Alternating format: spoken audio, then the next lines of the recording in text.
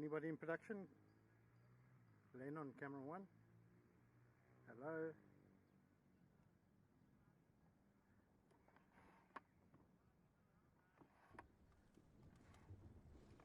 You're on one of the cameras. I don't know my camera number. I think I'm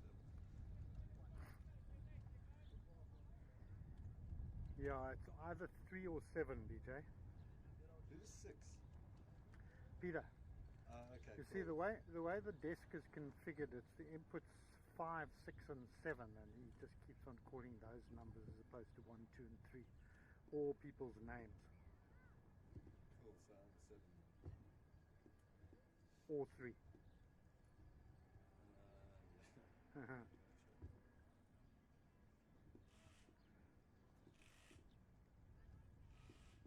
Sort your batteries out then. BJ, yeah, I've got the first one that I used lasted the whole morning, all the races. So theoretically, the second one should also last all the races. Actually, But it's on charge in the marshal's office, which is where the ambulance is standing. I don't know if you can see it from where you are. Right. You got the same batteries as my FS5. I think, yeah, it takes the same battery. I think so, yeah. It's not the same battery as the old PD150. No. Peter's camera takes those batteries. Whose camera are you using? I'm using Andre from Abacus Productions. Used to work with Stephen Sale. Yeah, Right, welcome back folks to the circuit and the viewers to the second half of the Rotax Max Nationals here in Cape Town, the Western Province Motor Club. Kalani.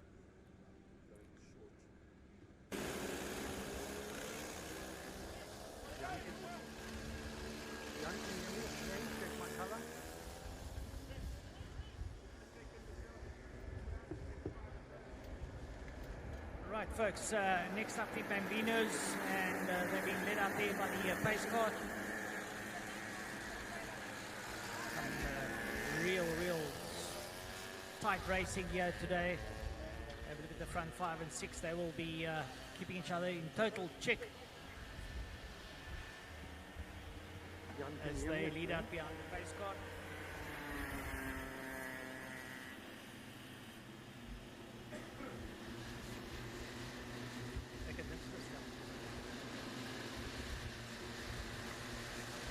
Right, so they make their way up the back straight towards Cosmic Corner. Pace car there, leading out Kai van Zyl. And they work their way down into the Golf Club. You can see all the cars ranked and stacked behind each other. It won't be long before they get racing.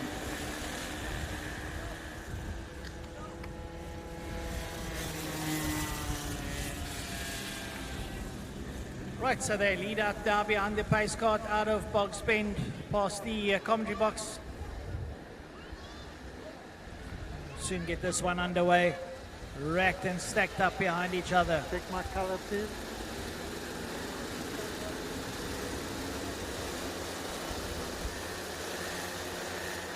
Right, they come up towards the start-finish line. They traverse the tram lines. Lights off and we go racing. Having a look there now, and it's having a look there, seeing could be Nkoma that goes to the front there. Having a look there, and so it's going to be Rafael de Silva that goes in there. Rafael de Silva's in second place. Silva pushing hard there. Got Jack Moore in there as well. Jack Moore's in there too as they make their way now up the back straight up towards Cosmic Corner. Abreast, 3 abreast going into Cosmic. It doesn't work. Someone's got to give. And they work their way now into Golf Club. Into Golf Club they go. And they work their way around now past the Kiosk King. Through the Kiosk King they go now. And that's the 69 there of Rafael de Silva that leads out. De Silva leads out there. De Silva takes them to the line. They start crossing the line now. The Kisa in second, Jack Moore third, Friday Santiago fourth. Norman's in there as well. And Nkoma as they work their way through Holzoek, making their way up towards the 180s. coming up towards the 180s now, and they all sort of line astern, jostling for positions. In they go. Rafael de Silva leads out to Kiso, Jack Moore, Santiago, Aidan Beaumont, Maddox Benson, and Manalisi Nkomo. That's the sum of the front six now. They work their way out of the 180s down the back straight now on towards Cosmic Corner. Still that man, Rafael de Silva, leads out there with Takisa up behind him. Jack Moore a little way back with Norman in there. John Norman sitting in P4. They make their way through the kink there, part of bogs down towards the kink, and everyone egging their drivers on as they work their way through the kiosk down towards holes. There's the leaders.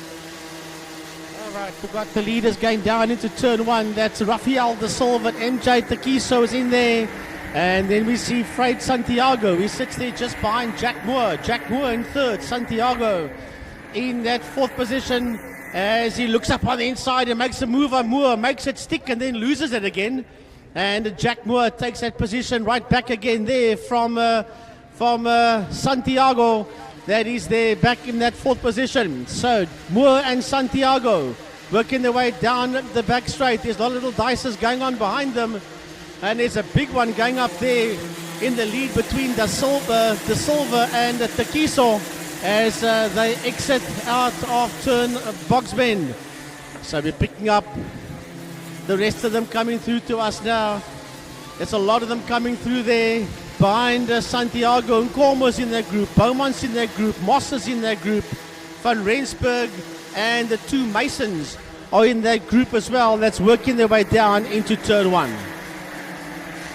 Right, so still being led out there by Rafael de Silva. De Silva with Takiso behind him, and then it's Jack Moore. Moore sits in there now, having a look to make the decision, and there's a little bit of jostling for positions as they go into the 180s, inside, outside. A couple of good moves in there now as the middle pack. Some of the youngsters bouncing in their carts, trying to make them go faster. It ain't going to go much faster, but they're pushing on there now. So still it's Rafael de Silva leading out. De Silva being followed there by Takiso and Jack Moore now as they make their way down into Golf Club. Up behind them, Friday Santiago, Manalisi Nkomo, Caleb Moss and Aidan Beaumont all in that one there as they work their way out of Golf Club. Here comes Santiago. Behind Santiago, we've got Nkomo. Caleb Moss is in that group as well. There we follow the 76. That's Aidan Beaumont. Beaumont is in that group as well. But here comes Rafael de Silva with MJ Takiso in that second position. Coming through now is Santiago in that whole group there. Behind Santiago, we've got the 28 of Mason coming through. That's Matteo Mason. He's just there behind Moss, followed there by Kai van Rensburg. That's a lot of them, but here we go back to the man in P1, Rafael da Silva, Takisa, MJ Takiso and Jack Moore. That's first, second and third, and they have broken away from everybody else, and Moore looks up on the inside. They are side by side as they work their way down into Golf Club. Through Golf Club, that group go of first, second and third go now. We pick up this next group that's working its way there out, and that group is led there by Santiago. Well, Santiago leading out there. Up behind him now it's Nkomo, it's Aidan Beaumont. Up behind Beaumont it's Caleb Moss, and then it's Matteo Mason. But have a look at your leader there, Rafael de Silva, head there of Takiso. Then it's Jack Moore, then it's Santiago. Then Nkomo together there with Aidan Beaumont.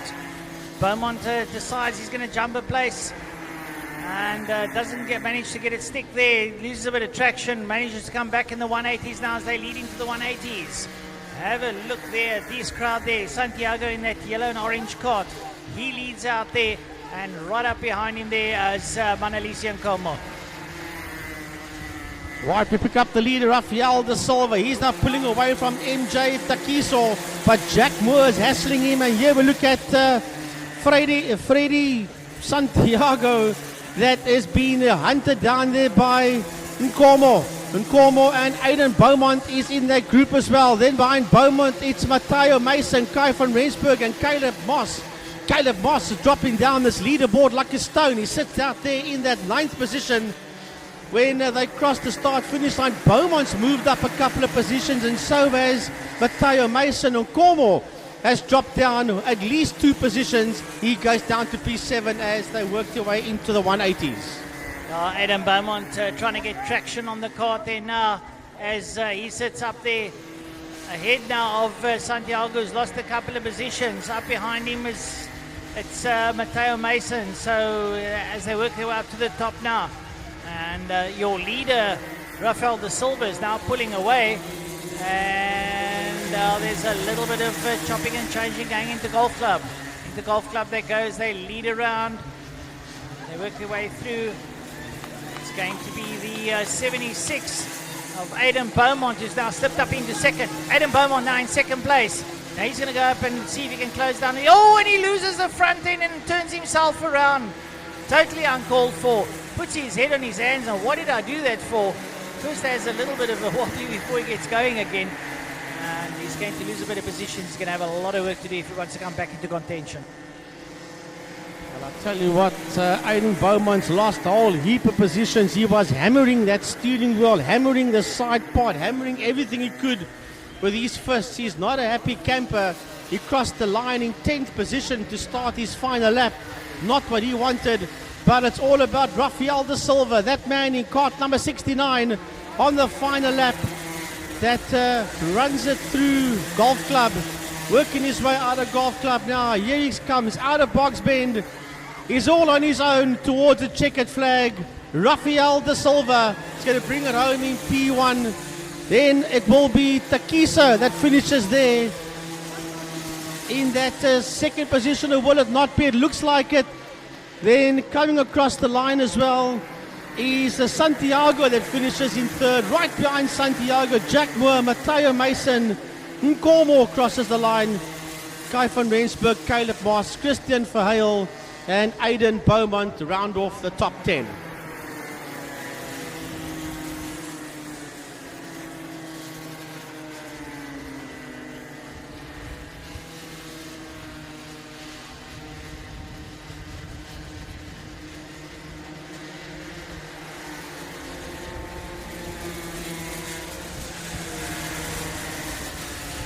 Right, folks, so that's pretty much it. In first place was Rafael de Silva, followed there by MJ Takiso, Friday Santiago there in the third, followed by Jack Moore, fifth Matteo Mason, sixth Manalakisi Nkomo, seventh Kai van Rensburg, eighth Christian Verheil, ninth Caleb Moth, and 10 Aiden Beaumont.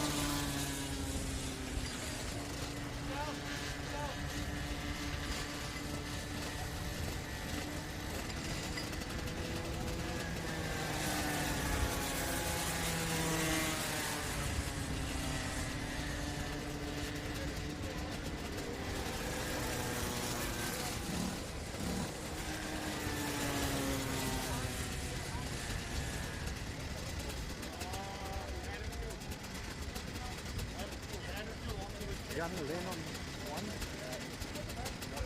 I'll change the color.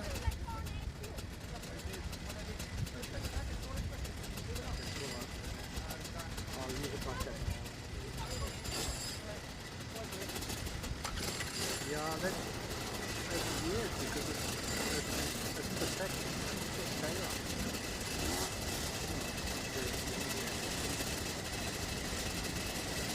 Right, folks, next up we got the junior maxis out there. Mohammed Wali, Troy Steyman, Dolan Chek, Ethan Steer, Andre Lariche, Devian Naidu, Kyle Lariche, Kian Gratis, Matthew Wadley, Jean Reynel, Olerata Zakudu. They'll all be out there doing the utmost.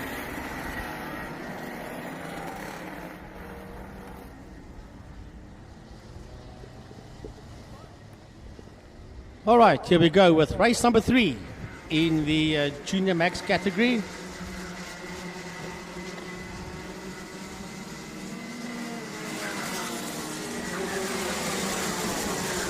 Well, Mohammed Wali has wrapped up this championship. Dolacek and Snyman, these were the two, well, together with Wali, that has been dominating the entire class at this point in time. Dolacek has been the man to beat. And Wally is also, I think one of the second heat, Wally just ran away with that one. I will have a look and see now as we get to the third heat. Well, we've got drivers here from Western Province Motor Club, Rand Kart Club, and Natal Kart Club. That's the drivers that are from or representing the Junior Max class out here today. Majority of the boys from the Western Province Motor Club, and then we've got a few from the Rand Kart Club in Gauteng and the Natal Kart Club at Idubi Raceway.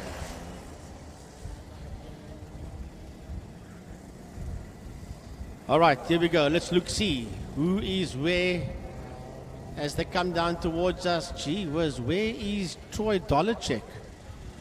He is up front. Yes, you wouldn't expect to find him anywhere else with Muhammad Wali. Muhammad Wali is there in that pole position. And Wali is from the Rand Kart Club up in Gauteng. He sits there in pole position. Western Province's Troy Dollarcheck. He's on his outside.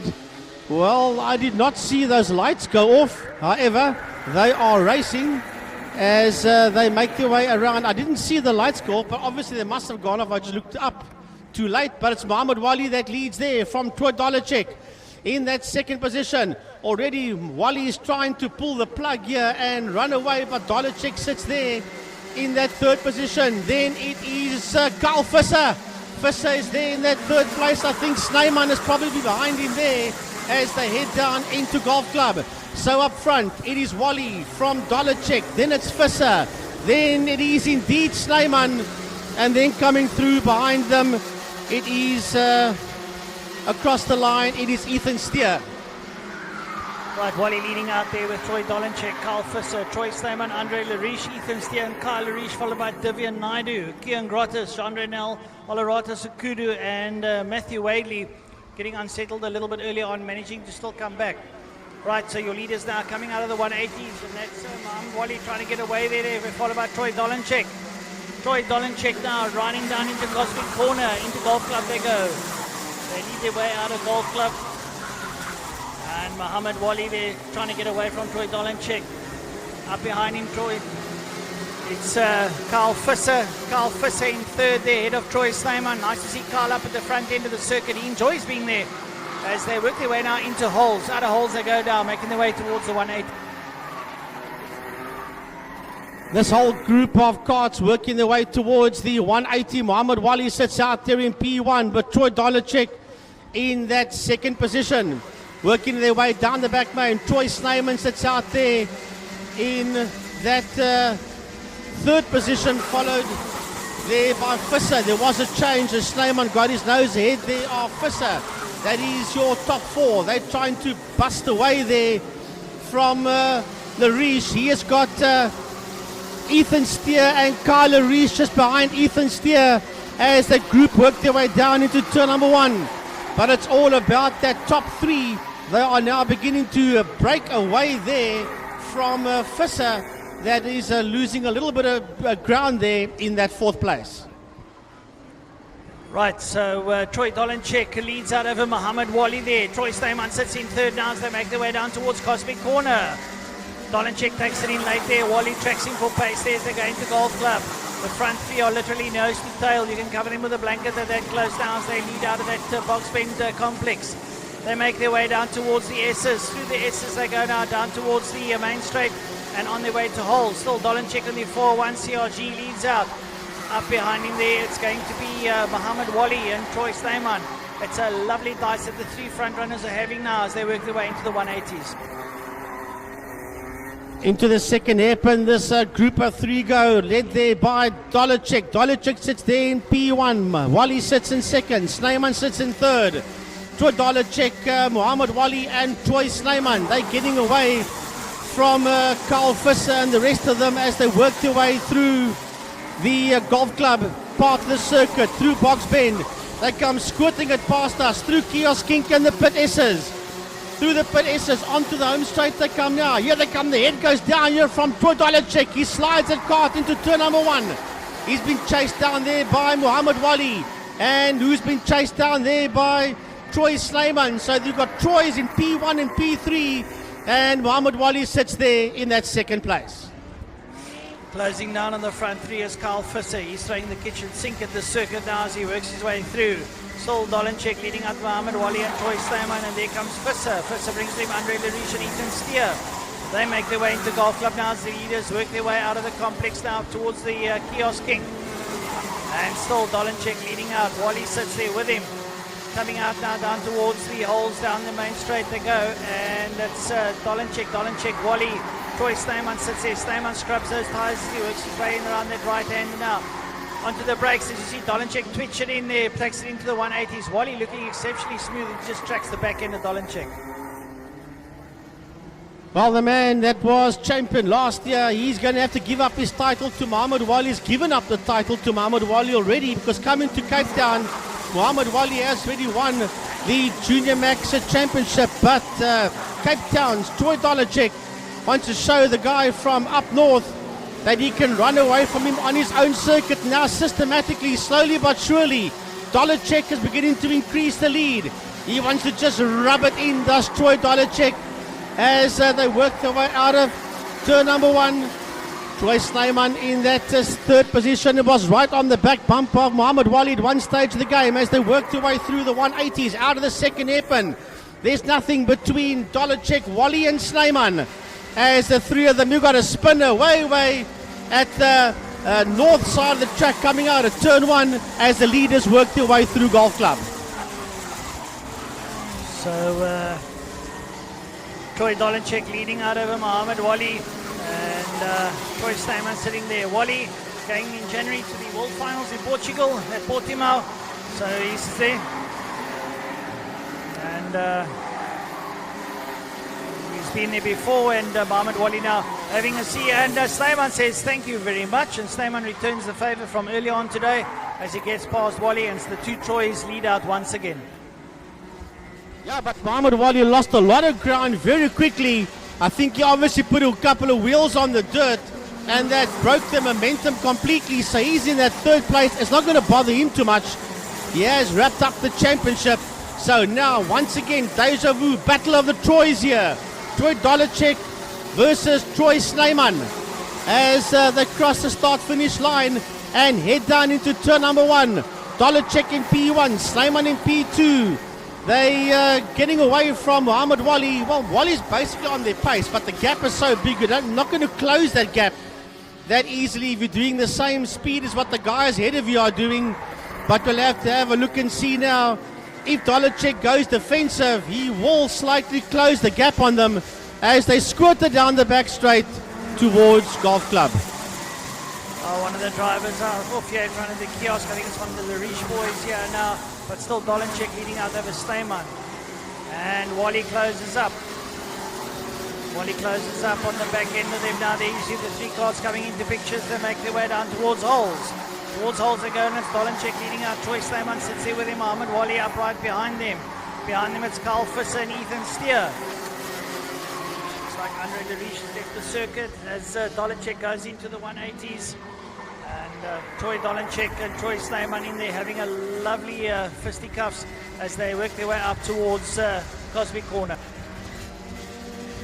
Well, if you notice that Muhammad Wali has closed the gap, so either he's a hell of a lot more quicker or Dolenchek is driving defensive lines, one of the two, but either way, he has caught up to Dolenchek and Snyman once again with Carl Visser that sits there in that fourth position. He's Visser, he sits all the way down, and Ethan Steer sitting there behind Carl Visser. However, we focus on these three that are lying first, second and third as they head into the 180s. Through the second hairpin they go, and it's still Dolenchek being hounded there by Snyman, being hounded there by Muhammad Wali as they work down the back main. And once again, the two Troys are getting away from Wali as they work through Cosmic and into Golf Club. Right out of Golf Club comes Troy Dolenchek there with Troy Snyman sitting right up on the back end of his bumper there, keeping some beady eyes upon him as they work their way through the S's down the main straight. They go towards holes, coming down towards holes, and Dolenchek's sitting, he drifts it in actually as he works his way around the corner. It's a little bit of a skill that to be able to drift into the corners like that and release the brake and then just direct it accordingly as they work their way through the 180 complex now. Wally closing up ever so slightly on the back of Snyman, but Dolenchek leads out.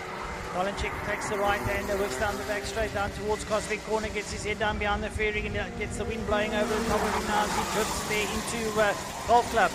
Keeps it all nice and tidy and still keeps Snyman at base. Snyman, I think, is just biding his time as he sits up at the back end of Dolenchek.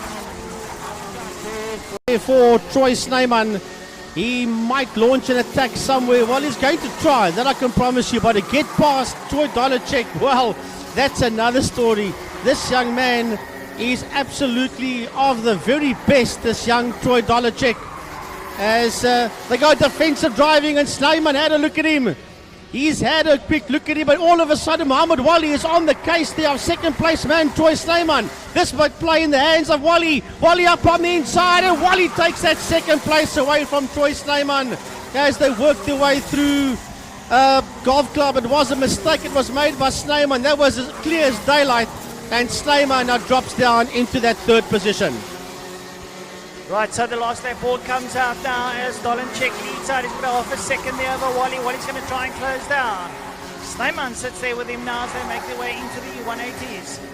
And Dolacek scrubs it in once again now. Wally keeping it tidy now. Keeps on the middle of the road. Goes defensive there. Tries to keep Snyman up behind him. Dolacek works his way out of the complex, down the back straight up towards Cosmic Corner. Dolacek gets hard on the gas there now as he goes down into Cosmic Corner. To Cosmic he goes. Slams on the anchors and wheels it around, brings it out of Golf Club here into Box Bend. It looks like he's going to take the checkered flag from Wally now as he leads past the kiosk kick. There goes Troy Dolacek. He takes the checkered flag there from Muhammad Wally and Troy Snyman. Going to be followed there by Carl Visser and Ethan Steer. And Andre Lariche is the next man to cross the line there behind Ethan Steer, and that rounds off your top six. But what a race out there by Troy Dolacek coming home in P1. Muhammad Wali finishing there in second.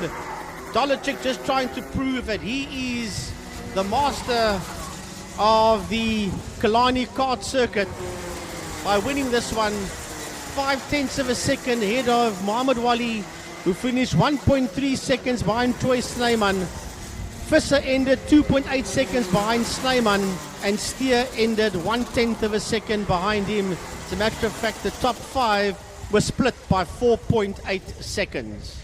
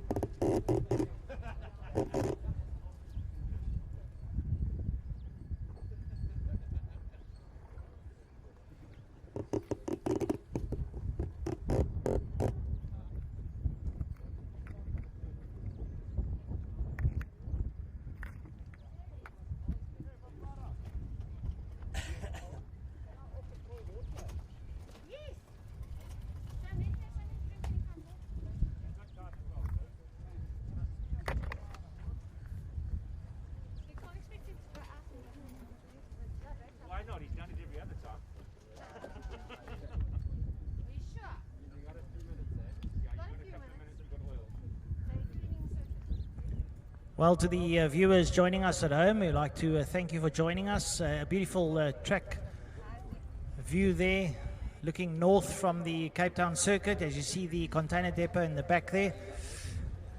To the folk that have joined us from up north, welcome to Cape Town. Hope you're enjoying yourself. Hope you're having lots of fun on the track. And the folk egging on their proteges and all the necessary fun being had out there by the karters today. Well, champions all being crowned here today, and lots and lots of action still to come.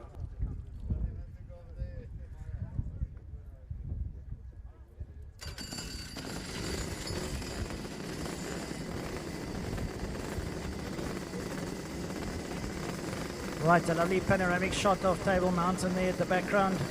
Nice to have a look there.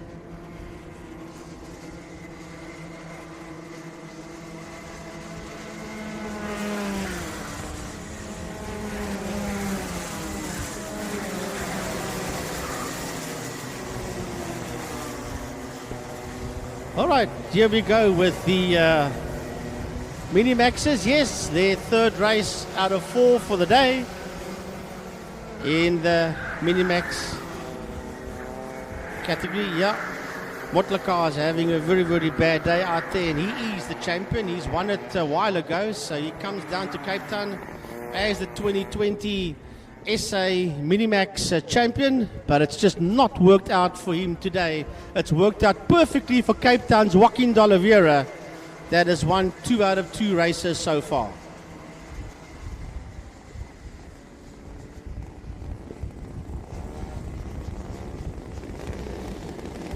Oh, Motlaka will be one of the SA boys that will be in Portugal at Portimao for the World Rotax Max Finals. So he has done it.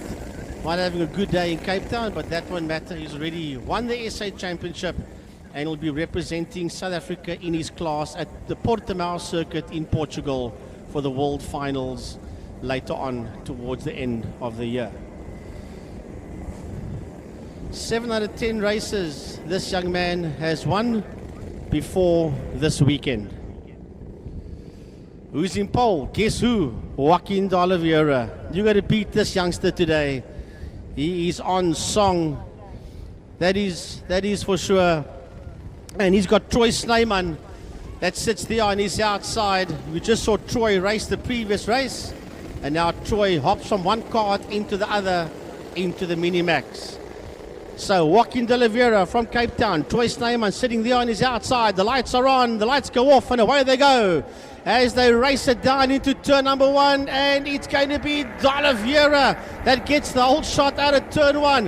What's new, Pussycat? He says that he just climbs on the gas and wants to destroy the rest of them by pulling away. Earlier on, you got away from them at the opening or at the end of turn number 1. The third heat, not that easy this time. He's got Snyman that has gone with him, and Snyman sits there, Francois, in that second position as they work their way towards Golf Club.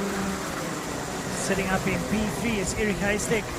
Heistek sits in P3 now as the parallel leads out here now. That's Joaquin de Oliveira, Troy Snyman, Eric Heistek. Up behind him there, it's Ethan Deacon, who finds himself nice and high up in the rankings there. Josh Smith got muscled out earlier in the 180s. Now he's got to find his way back. He sits in about 8th or 9th position now. And Levy manages to get through now and moves up into P6. So lots of jostling for position still. Only lap 2 of 12 now as they work in their 180s. Still Joaquin de Oliveira working out the way there with Troy Snyman following him. Eric Heistek sits there in 3rd. Ethan Deacons in P4, then Reza Levy. Levy goes along there, Levy's ahead there of Motlaka. They make their way into Cosmic Corner now, down into Golf Club, out of Box Bend they come, and still that parallel there, Joaquin de Oliveira leads out.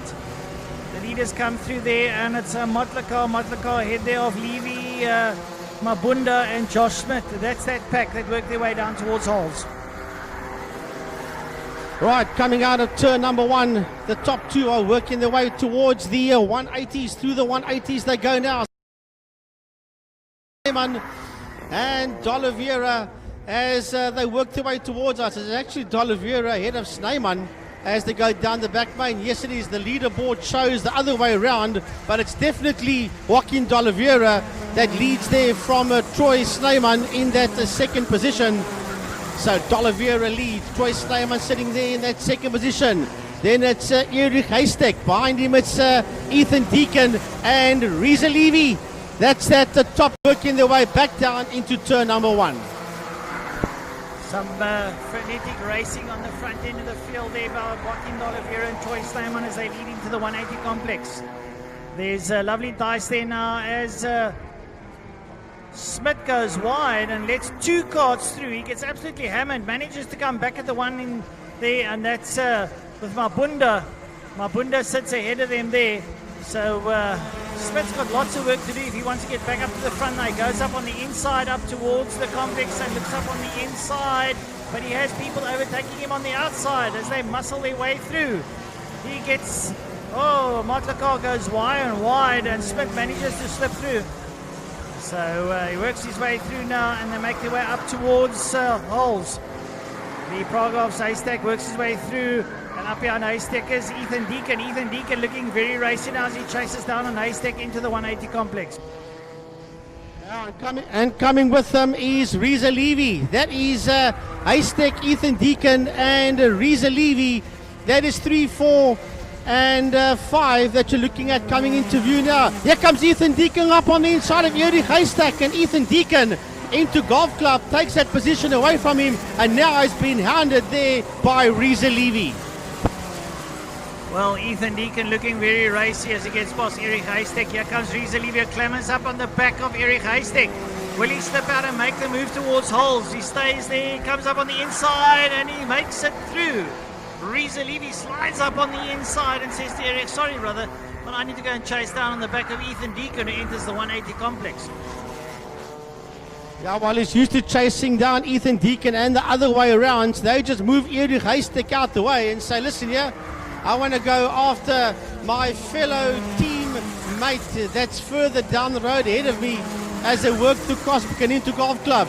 But still, the battle up front rages on between Joaquin de la Vera and second place man Troy Snyman. Here comes Ethan Deacon. Behind Ethan Deacon, it's Reza Levy. Behind Levy, it's Erich Haystack as they cross the line and work their way down into turn number 1. There's Reza Levy going into your shot now. And Levy is right on the case there of Ethan Deacon as they work their way into the 180s. So it's Ethan Deacon, followed there by Reza Levy and Erich Haystack. That's the 3 cards you see working out the 180s. So Joaquin de Oliveira leading up over Troy Snyman. Here comes your third baseman, Ethan Deacon. Deacon trying to keep Reza Levy at bay. Levy's got other intentions there. He would like to get past.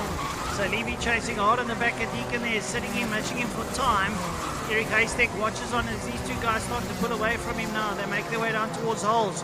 Your leader, Joaquin de Oliveira, goes for holes, followed by Troy Snyman. Here comes Ethan Deacon together with Reza Levy and Erich Haystack.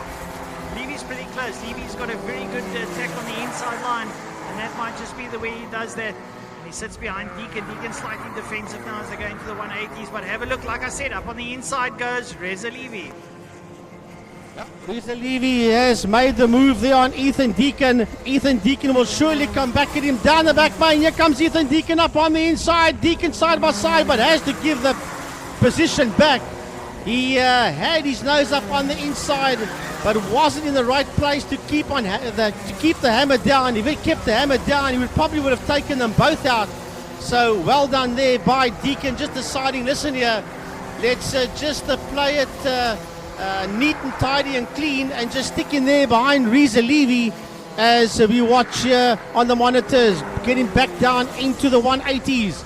It is still Levy that's head of Deacon, working his way out of the second airplane. Erich Haystack sits there just behind them, losing a bit of ground to them through the S's. Down onto the back straight, these 3 go. As you see the front runners working their way down into Golf Club. Now you look at this group of cars working them down into Golf Club. Reza Levy is still in that 3rd position, keeping off 4th place man Ethan Deacon. Right, so Troy Dolenchek, Troy Snyman. Here comes Reza Levy, followed by Ethan Deacon. Then the Praga Haystack. Here comes Josh Smith. Up behind Josh Smith, it's Mabunda. Then it's Motlakar sits in there with him.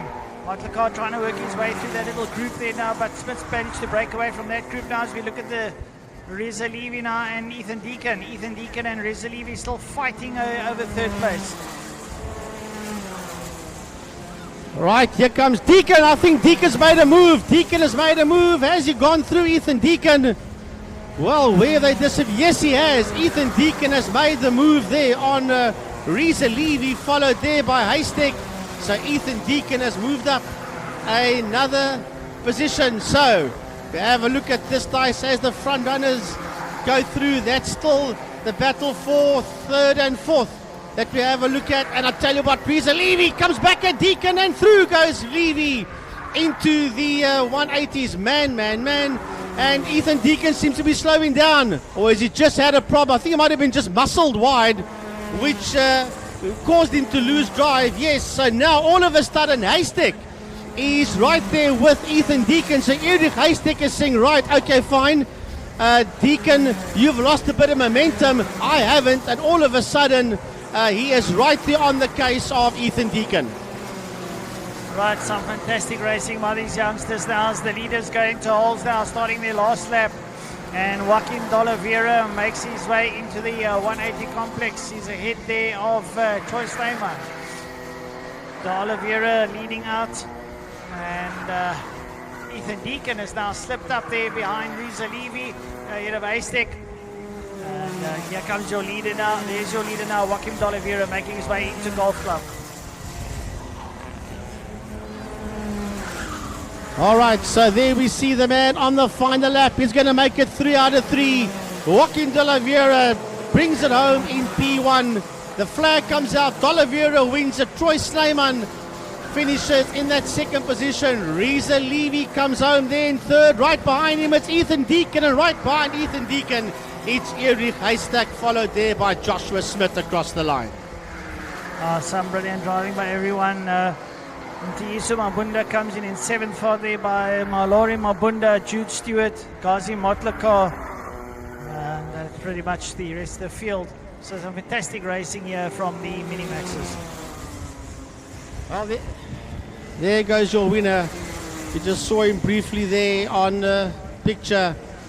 As we look at Table Mountain, your winner, Joaquin D'Oliveira, 2.4 seconds ahead of Troy Slayman. Who's going to catch this youngster today? He's made it 3 out of 3 so far. He's got one more race to go. D'Oliveira, Troy Slayman second, Reza Levy coming home in third, followed by Ethan Deacon, Erich Haystack, and Joshua Smith. The 6 of them round off the top half dozen.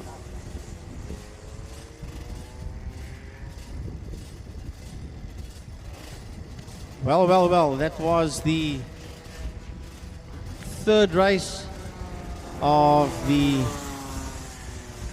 Mini Maxes. We move on now to the Senior Max, race number 3.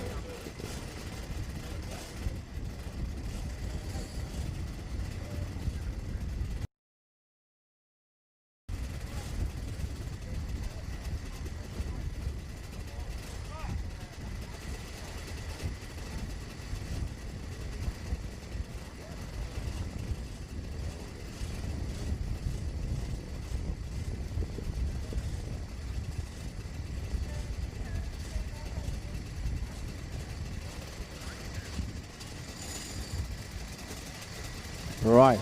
Tate Bishop must be lower than third to keep the champion. Shalfissa winning everything.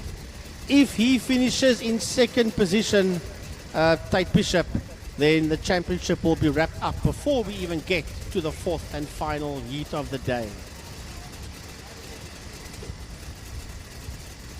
Yep, I'm looking at the monitor here. I see the carts lined up in pit lane, and Sri Naidu is the man in the barrel cart that is in pole position.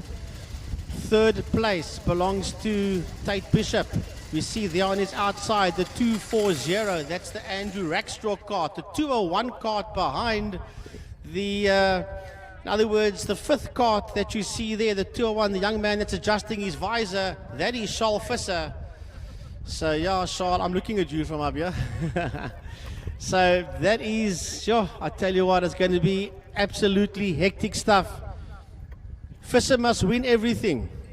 Bishop must finish third or lower to keep the championship alive to go into the fourth round. If Fisher wins but Bishop finishes second, then the championship is over.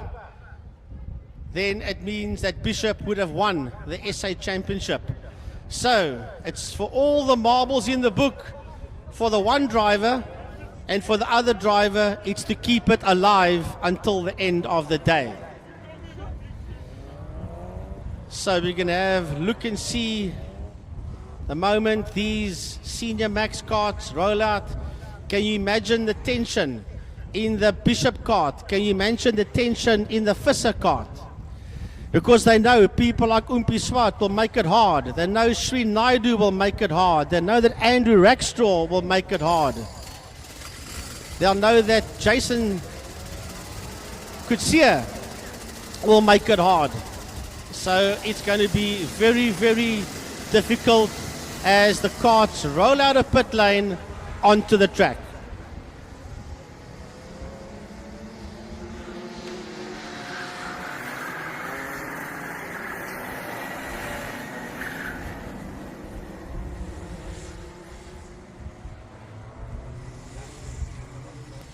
Right, so to the viewers, we'd like to say there might be a bit of background noise. There's other activities on the circuit as they get a bit of heat into those tyres. Their warm-up lap, once they're warmed up, they'll form up for us and we'll go racing in this Senior Max third heat. And I tell you what, it's going to be an absolute battle out there. Keep an eye there on Tate Bishop and Charles Visser. They're going to be at the hammer and tongs.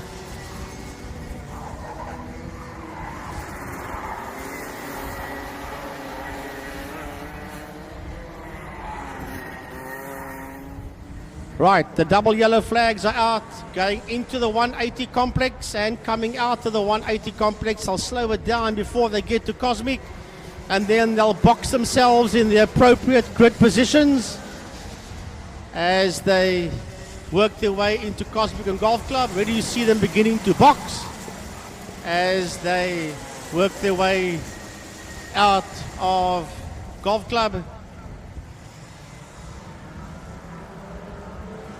Right, they're all nicely boxed as they work out of Golf Club. And Shreen Naidu is in pole position on his outside. Eddie Storm Lamphere. Watch out for Bishop and watch out for Visser. It's going to be war out there. Watch out for the likes of Swart and Rackstraw to make it difficult, as well as Lamphere. The lights go off and away they go as they head down into turn number 1. And Storm Lanfear's got the whole shot. My goodness, Storm Lamphere runs around the outside and gets the whole shot out of turn number 1. So Storm Lamphere had a stormer off the line, excuse the pun, as he works his way down the back straight. And Sri Naidu sits there in that second position. He was the man that was in pole, so he got jumped coming out of turn number 1 and lost his pole position to Storm Lamphere. Well, sitting in third place now, Andrew Rackstraw's got Charles Visser and Tate Bishop behind him. Visser and Bishop don't want to be there. They would like to be a little bit higher up there now. Rackstraw keeps out. Visser goes up into P3. Visser goes into 3 now, and Rackstraw's got the sandwich between him and Bishop. Bishop will want to come through. There's still a good couple of laps, 14 laps to go now as they work their way through. Bishop needs to stay behind them, and Bishop would want to move up. He wants to be in second place. That's where he needs to be. He sits up behind Rackstraw. He's looking a bit unsettled. Visser goes to the front now, and Visser is now in front, and this is doing his championship a whole lot of good. Well, that's all that Charles Visser can do. All he can do is go out there, take the lead, keep the lead, and win, and hope that Bishop doesn't finish second. At this point in time, Bishop is in a lot of trouble. He sits there behind Storm Lamphere, and it's not exactly where he, as a matter of fact, he sits behind Andy Rackstraw. It's Lamphere that sits behind Naidu, then Rackstraw, then Bishop, followed by Kutsia. So Bishop is not in a good position at this point in time. If he finishes there or manages to work up to third and doesn't get any higher than that, and Charles Visser wins, then this championship will go to the fourth and final race of the day. So my oh my, and somehow, Francois, I think we'd love it to go that way. Hell yes, that's the way we like it. We like a bit of fun in Cape Town now. Charles Visser leading out. Naidu sits in second. Third, Storm Lamphere. Then Rackstraw. Then Bishop. Then Kutsia.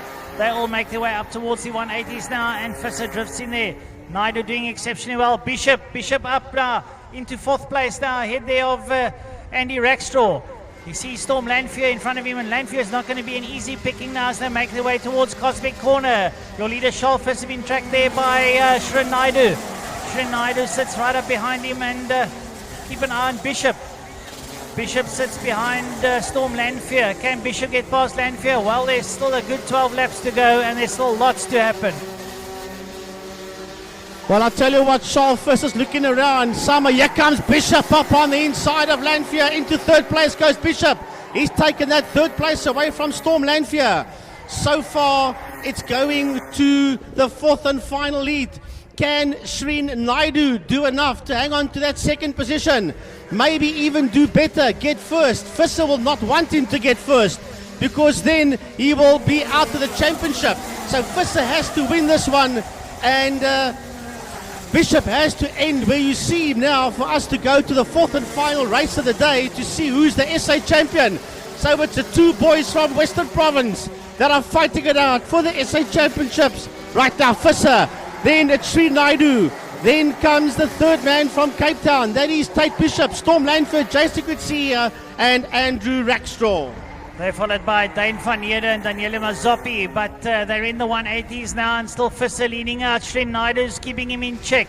But here comes Tate Bishop. He's starting to open up a gap over Storm Lanfear. Bishop gets behind the cowling there as he works his way down towards Cosmic Corner.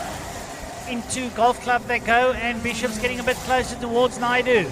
Bishop exits the complex there and works his way through towards the S's. Into the S's he goes down, and that's Storm Lanfear leading over Andy Rackstraw. There you see your leader, Charl Visser, going down into holes now, followed by Naidu and Bishop, and Kutsia goes up on the inside of Lanfear. Kutsia looking pretty racy right now.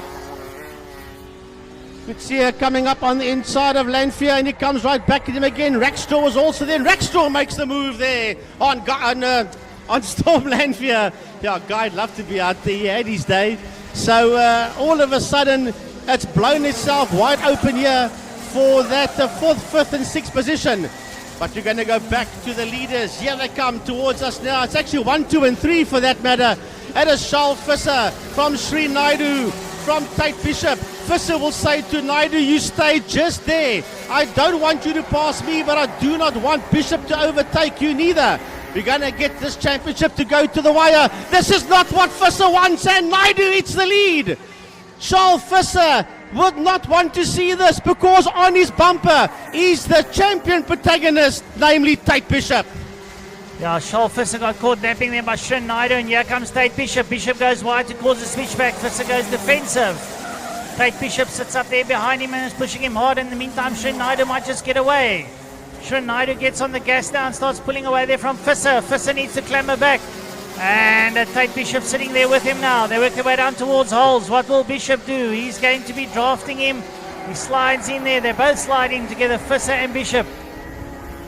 And Bishop doing everything there to keep his championship. And he looks up on the inside of Visser. Bishop slides up. Visser goes iron wide, and Visser tries to come back. Visser comes back at him.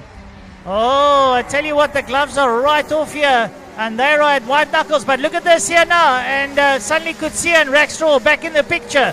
This one is wide open, folks.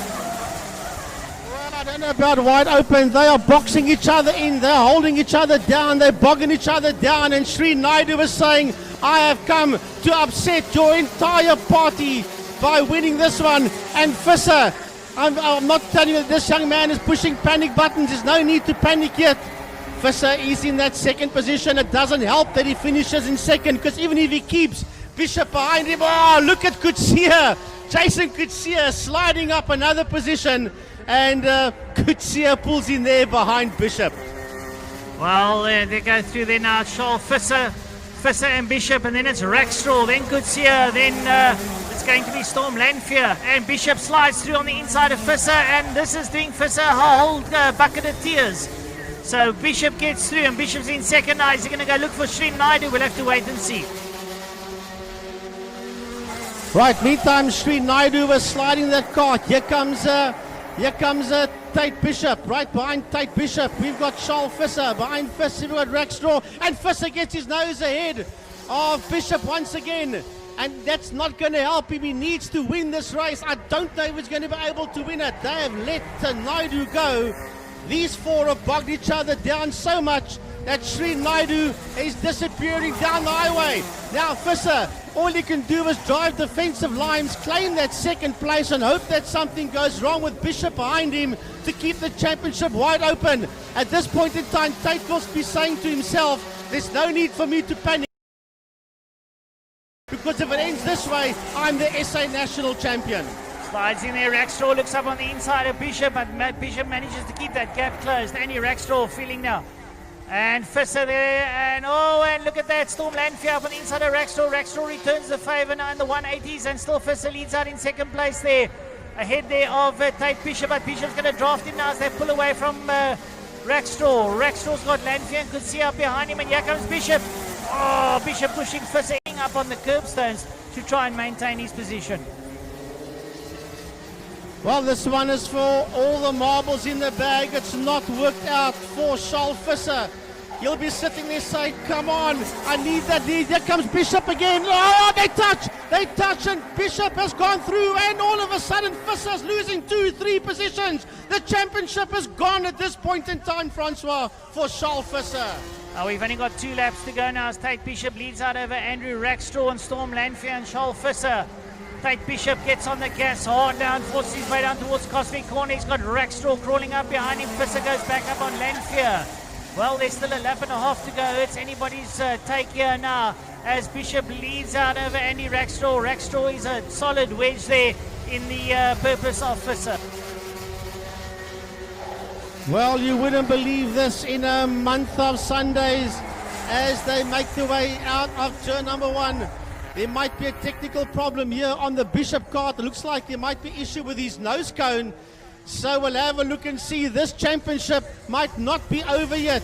It might not be done and dusted yet. I'll see if I can look out the window about the nose cone. I don't see anything wrong with it on the track, but I've just been informed here by the producer that there's a dent in the middle of that nose cone. So that might have a... Yes, I see it. I see it, so let's hope as the last lap board comes out that doesn't cost him. If it does cost him, then the championship will still be wide open as we are now on the final lap. Right, so they make their way down into the 180 complex. Still Naidu leading out from Tate Bishop, Andrew Rackstraw and Charles Visser in there too. Visser's having a look up on the inside of Rackstraw. He gets through Rackstraw there, and he's going in search of Bishop. Bishop works his way down towards Cosmic Corner. Into Cosmic he goes. Here's Visser and Storm Lanfear right up behind him. The checkered flag is beckoning. And they make their way now out, and Sri Naidu is going to get the checkered flag. Checkered flag waiting there. Sri Naidu makes his way through the S's. Checkered flag, Sri Naidu. Followed there by Tate Bishop, Charles Visser, Storm Lanfear, Jason Kutsia and Andrew Rackstraw. And then followed by Danae van Heerde and Daniela Mazzapi. Well, I've just been informed here by Jan Hartze, our producer, that the Visser nose cone has also got a dent. So when these guys get to the scale, who knows what could still happen. As it is now, the championship is Bishop's. However, time will tell if it's going to make it all the way to the finals to see who's going to be the champion. Unofficially, Tate Bishop is the champion, but you never know. I'm sure Jan Hartze, our producer, will keep us informed by the time we get to the 4th and final heat. Man, it's been a fantastic day. There's your results. Sri Naidu coming home in P1. Tate Bishop second. Charles Visser crossing the line in third. Ahead of Storm Lanfear, Jason Kutsia, Andrew Rackstraw. And there was only 4.8 seconds between P1 and P6. They were followed there by Dane van Heerde, Daniela Mazzapi, and Kai van Zyl.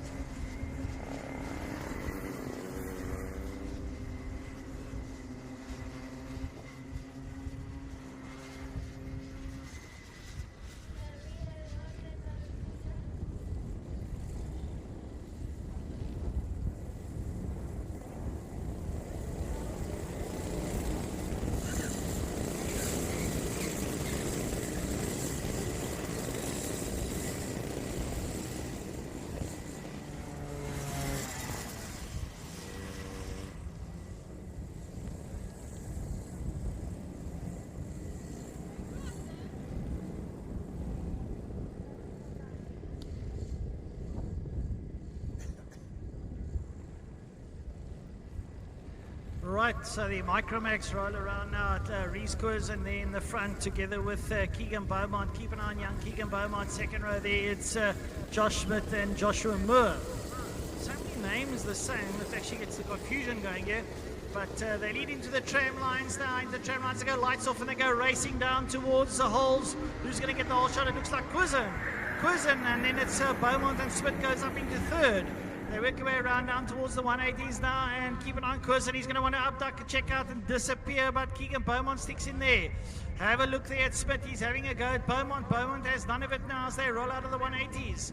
Coming out of the 180s now, it's going to be Reese Curzon, Keegan Beaumont, Josh Smith, and it looks like it could be where Jordan Wadley up behind him. No, it's not. And they make their way now into Golf Club. They're going to lead their way out of Golf Club now.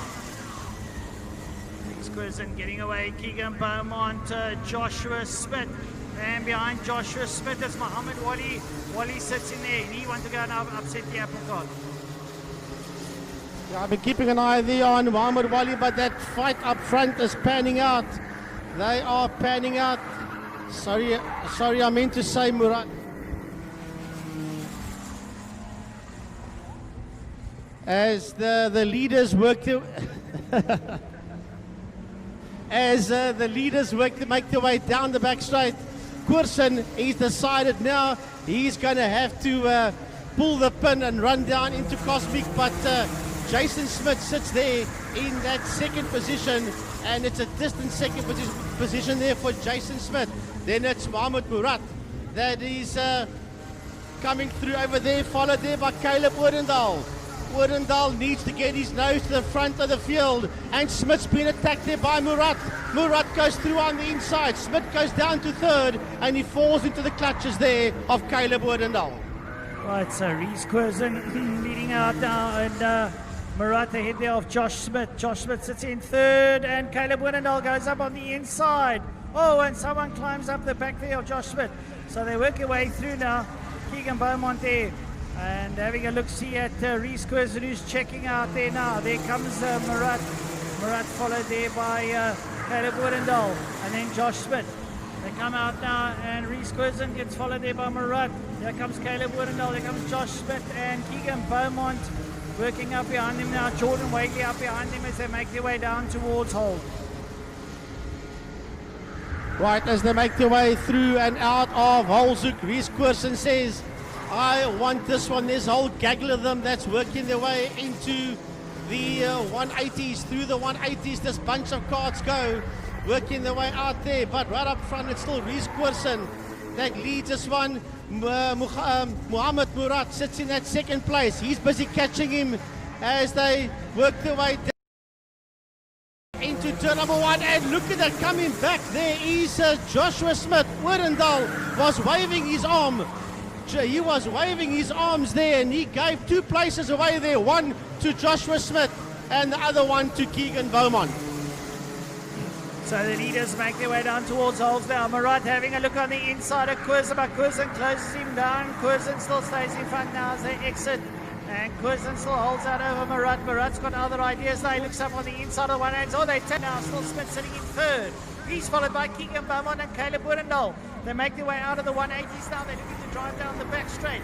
Down the back straight they go now, and it's still Curzon over Murat, followed by Josh Smith, Keegan Beaumont, Caleb Oudendal, and up behind him Jordan Wadley. Into Golf Club they go now.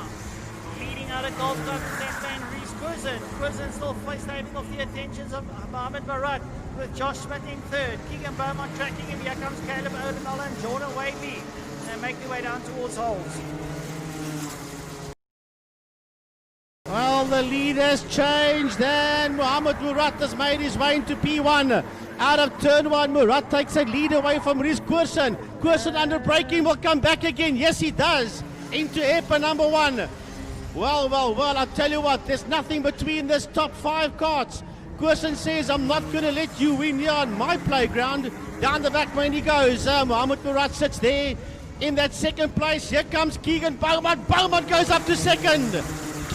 Into that second position. My goodness. Followed there by Caleb Oudendal as they work their way past us through Kiosk Inc. and the Pit Essence.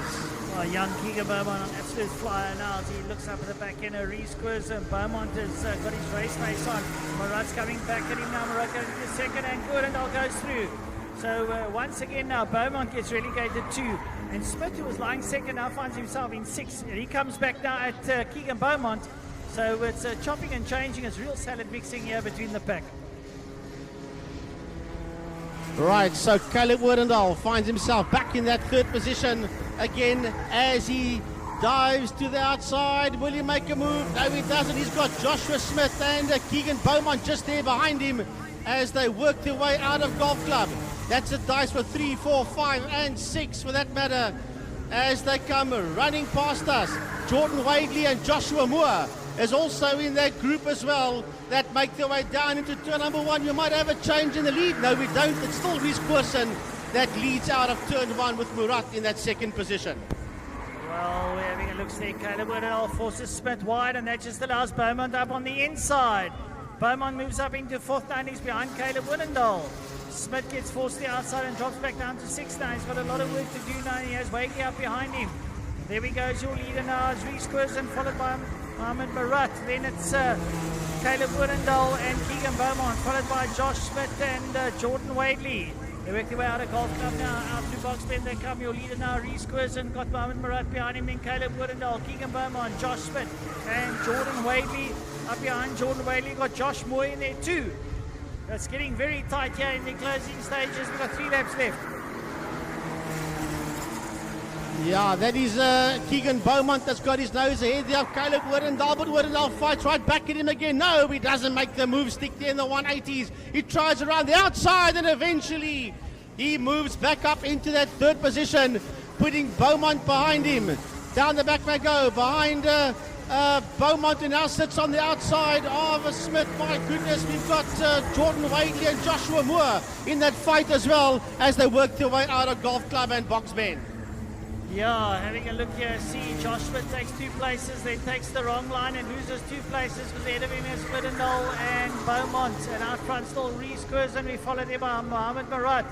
And I tell you what, 3 and 4 having a lovely tussle. Caleb Wordendal's ahead of Keegan Beaumont in there. Josh Smith, Jordan Wadley all having a right royal scrap now. They're coming to the 180s.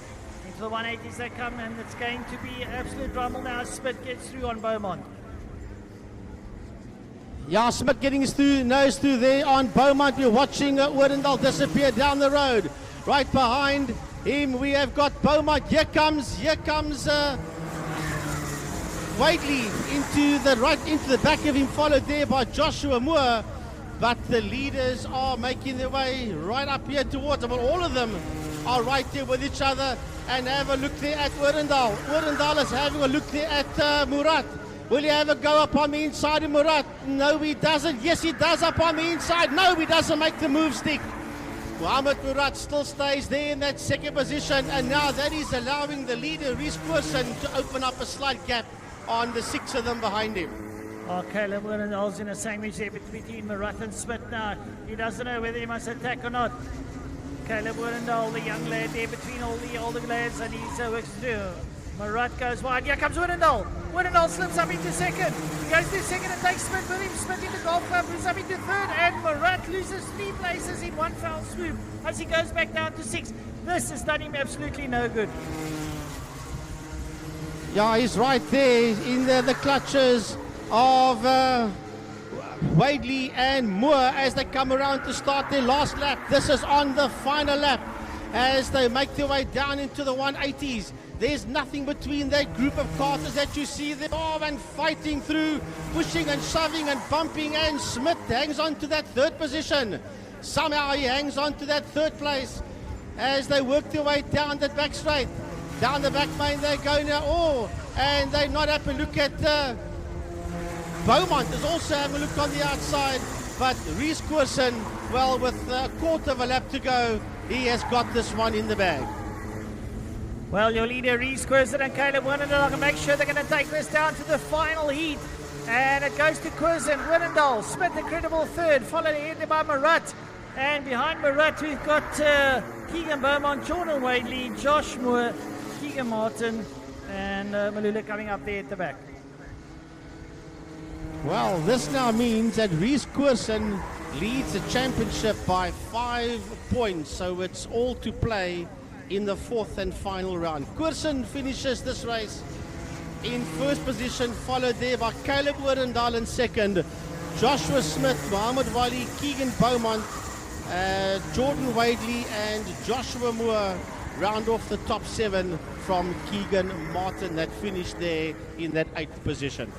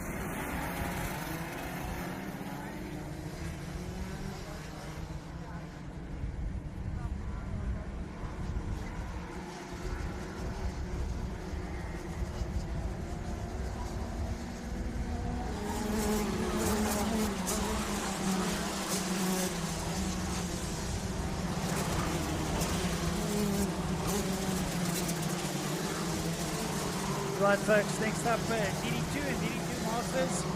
That's the 30 today. We've got one more left.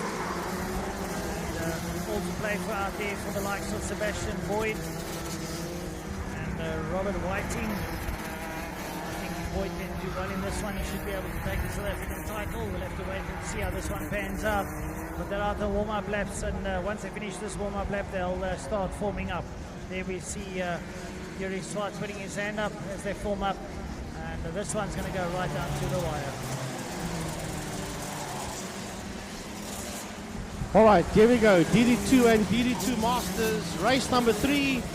When these guys are done, we'll start the 4th and final lead. Umpi Swart is the man that's in pole position with Sebastian Boyd. That sits there on his outside. Then it's Jason Kutsia and Robert Whiteley. Then we've got the Masters, Nicholas Verheul is in there, and Michael Jordan, but he's in the DD2 category, is Michael Jordan. So the lights are on, the tramway lines are dissected, the lights go off, they plant the gas, and away they go as they storm down into turn number 1. Out of turn 1, holes hook they come through the kink and make their way into the 180s. A lovely start off the line there by race leader Umpi Swart. Umpi Swart had an awesome start there. Whiteley had a lovely start. He sits there in that 3rd position. Jason Kutsia is there in 2nd. As a matter of fact, in P4 is Sebastian Boyd, and that's not where he wants to be, just ahead of the Masters leader Nicholas Verheul. Right, so Yuri Swart leading out after going a little bit wayward in the previous heat there. Now he's got Jason Kutsia behind him, Robert Whiting, Sebastian Boyd, Nicholas Verheul, Roy Gruer, and Jason trailing up behind them now as they make their way into the 180s. The 180s they go, it's still Umpi Swart leading out there now with Kutsia behind him. Whiting has got the attentions of Seb Boyd up there in P4.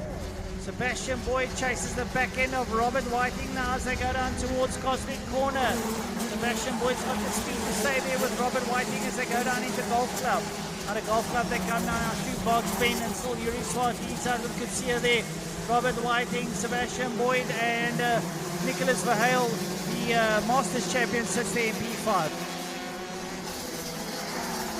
Right, we have a look at this group that's working its way out of turn number 1. That is the Fight Dice in that third position with Robert Whiting, and right behind him is Sebastian Boyd. Whiting and Boyd, and then the Masters leader Nicholas Verheul sits in there behind him. There we watch the leader go through. That is Umpi Swart. He ex-champion is Umpi Swart in this class, making his way through box bend. He's got Kutsia behind him. Then he has got Robert Whiting, and right behind him is Sebastian Boyd. Will Boyd have a look up on the inside of Robert? No, he stays in there behind him as they exit turn 1.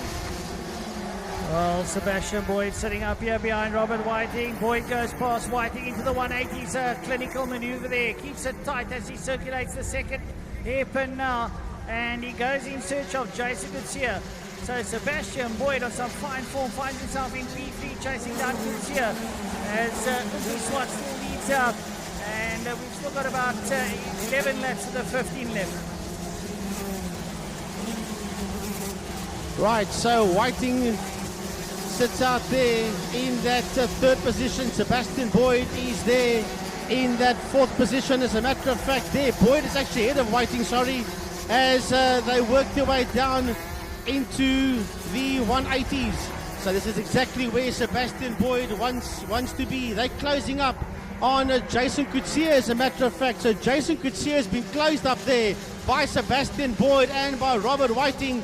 So it's 2, 3, and 4 in the same view as they work their way out of Golf Club. Right, your leader now, Yuri Swart, leads out over Jason Kutsia, followed by Sebastian Boyd, Robert Whiting, Nicholas Verheul.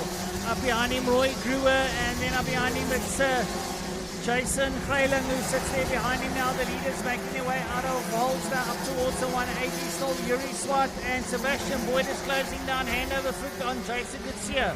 Kutsia is going to come under threat pretty shortly now as Sebastian Boyd closes down on him. He sits right up behind him. Will he draft him going down towards Cosmic? We'll have to wait and see. He wants to put Kutsia between himself and Whiting, who's losing a little bit of touch there now with Sebastian Boyd as they go down into Golf Club. But Whiting is beginning to lose a bit of ground there. He sits in that fourth position. Here's Jason Kutsia in that second position, being chased down there by Sebi Boyd. Seb will surely have a look up on the inside. He has a look and makes the move. Stick, yes, in turn number 1. So Kutsia goes down to P3. Boyd goes up into P2. We had a look at him again there in hairpin number 1, but wasn't close enough to make any move there on second place man Sebastian Boyd as they work their way down the backbone. And while they were busy fighting with each other, this is releasing race leader Umpi Swart as he works his way out of Golf Club. Well, Sebastian Boyd trying to close up on the back of Yuri Swart. Swart sitting in the front here. Here comes Sebastian Boyd with Jason Kutsia. Robert Whiting, Nicholas Verheul, that makes up your front 5 now as they cross the line. They've still got 8 laps to go, so anything can happen now. Swart still leading out front. He is the ex-Western Province champion, and he makes sure he holds out the lead there. Again, Sebastian Boyd closing down, it seems that way, and brings in Jason Kutsia. Sebi Boyd comes out of the 180s there behind Umpi Swart and brings in Jason Kutsia, and Robert Whiting is losing a little bit of ground on them.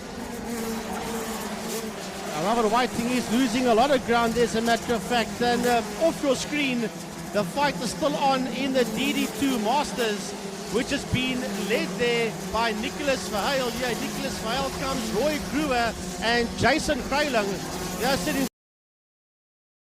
second and third. Connor Hughes sits fourth, and that is just off the screen, the first 4 positions in the DD2 Masters category. Leaders going into the 180 complex now. Sebastian Boyd closing down on the back there of Yuri Swart.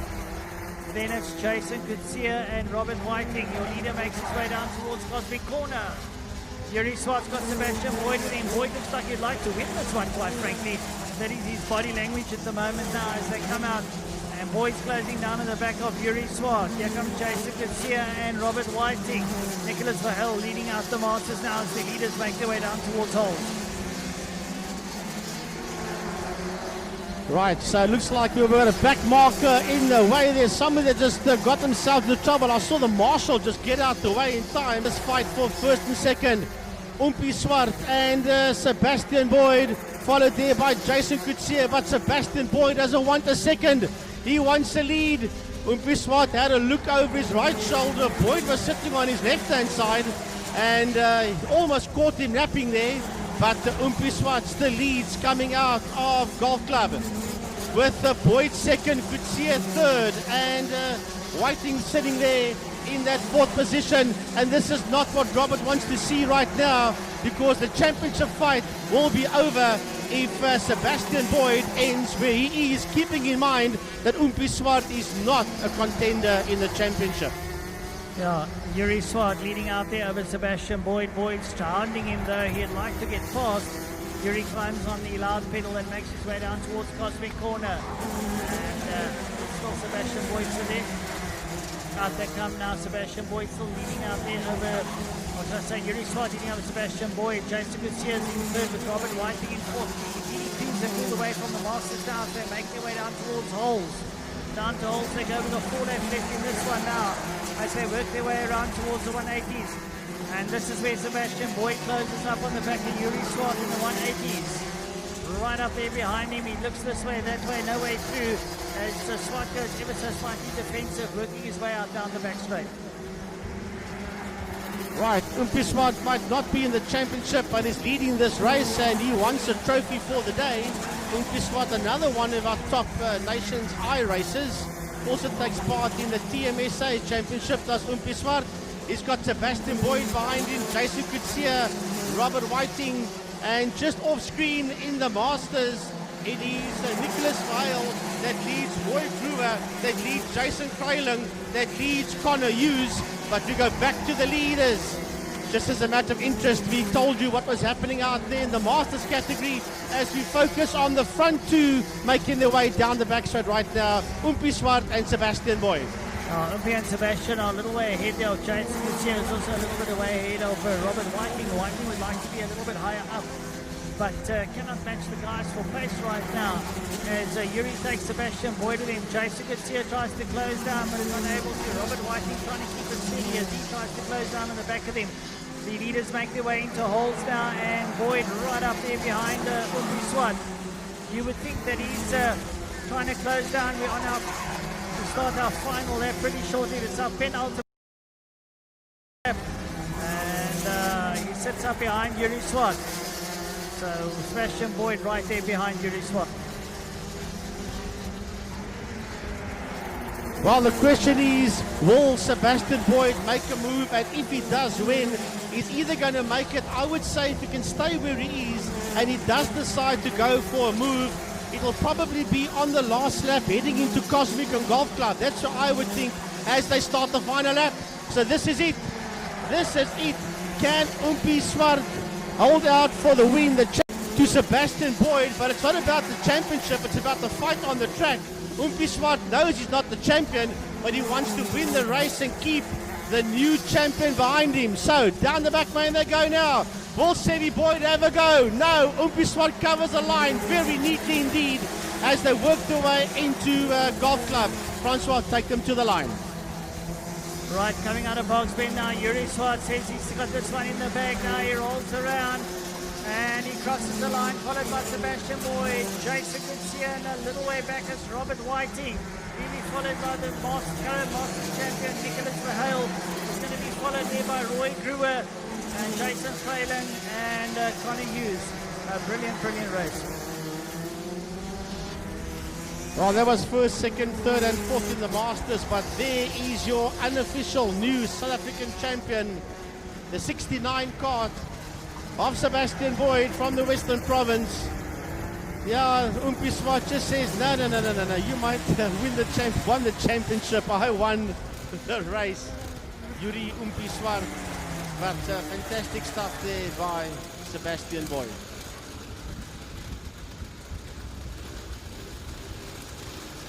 Right, so for the viewers at home, your winner there, Yuri Swart over the new South African champion, Sebastian Boyd, followed by Jason Coetzee. Robert Whiting tried as he may, unfortunately didn't make it.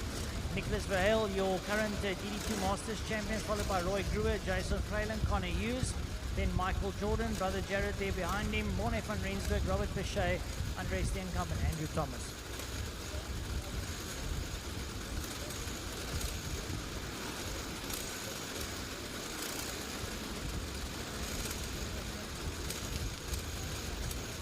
Look at the camera shot from turn 1, the entrance of turn 1, looking at kart race control on the right hand side, and right at the back of your screen there's a little hut. and that's where Messieurs Francois Butler and Frankie Yennis find ourselves. And wherever you are, right on the right hand side, you can see a bit of Table Mountain there. So we come to you live from Killarney International Raceway in Cape Town.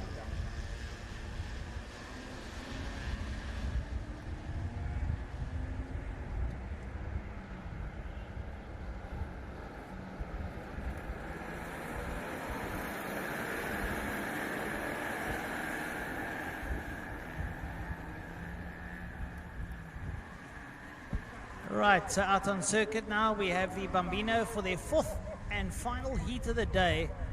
These little lads have really been dishing up some spectacular racing today as they work their way through the 180 complex, all nicely racked and stacked. Up behind Kai van Zyl is the pace cart, and he takes them out the 180 complex down to the southern side of the circuit.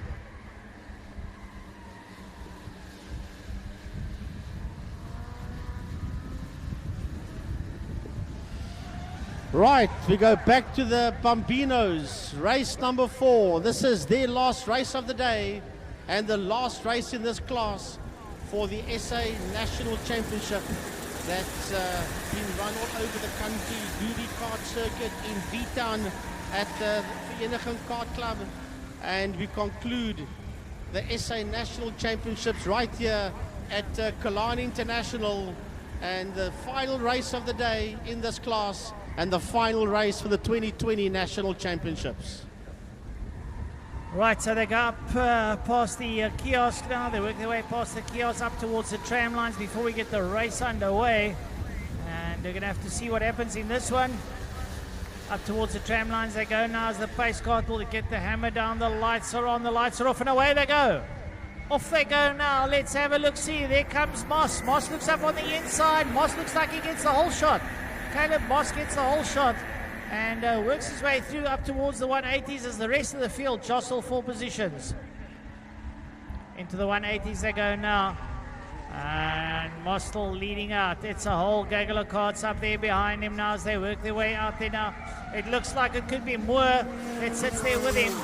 Indeed it is. Moore sits in second place and he's pushing Caleb Woodendal, making his way down towards Cosmic Corner, and Moore's up on the inside. Moves up on the inside and moves up into first place with a nice maneuver going into Cosmic Corner. Somebody running a little bit wayward there now. And keep an eye there now. Moore leading out. Moore sits in one with Moss in 2. They work their way past the kiosk now, down towards the start-finish line, down towards Holds Corner. Jack Moore leads out over Caleb Moss, Mateo Mason, then the Manalekisio Nkomo, Aidan Beaumont, MJ Takiso, Rafael De Silva and Kai van Rensburg make up your top 8. They 3 abreast going into the 180s, and it looks like it could be Nkomo that went through. I think Manalekisio Nkomo slipped through. Indeed he has, ahead of Moore. Moss finds himself in 3rd place now as they go down the back straight. Lever, look at this, seismic stuff now. Now once again, Moore goes up on the inside. Moss looks up on the outside of him, but manages to sneak through in 2nd place. Through he goes in now, works his way around out of Golf Club. Coming out of Golf Club, it's Jack Moore. Moore leads out over Caleb Moss. Then sitting 3rd there is going to Nkomo. Nkomo in 3rd. They work their way now through the Kiosk King down towards the start-finish line, making their way down towards Holes. They tend to go a little bit defensive. It's the 4th and final heat. You want to hold on to your positions. They fan out as they go down into Holes. Still Jack Moore that takes the lead there. Moore with Moss up behind him. Moore goes totally defensive. He takes the inside line. Moss looking to go on the outside, and Como sits there with him. Jack Moore is still leading out. He brings Caleb Moss with him in second place. It's lap 3 of 8 now as they exit the 180s. Keep an eye there on Jack Moore. He goes hard and fast. Tries to go slightly defensive there. Caleb Moss sits alongside him. Yeah, oh, I tell you what, they're all in it to win it here. And going through is Aidan Beaumont. Beaumont slips up into third now, and Poor and Como looks like he got relegated 2 places coming out of Golf Club as the leaders come past the commentary box, and it's still Moore leading out there with Moss. Up behind Moss, it's Aidan Beaumont. They make their way now towards holes as they go across. They all go to the inside line as they run defensive, and Como decides to attack on the outside. They fan out once again, and still Moore takes the lead.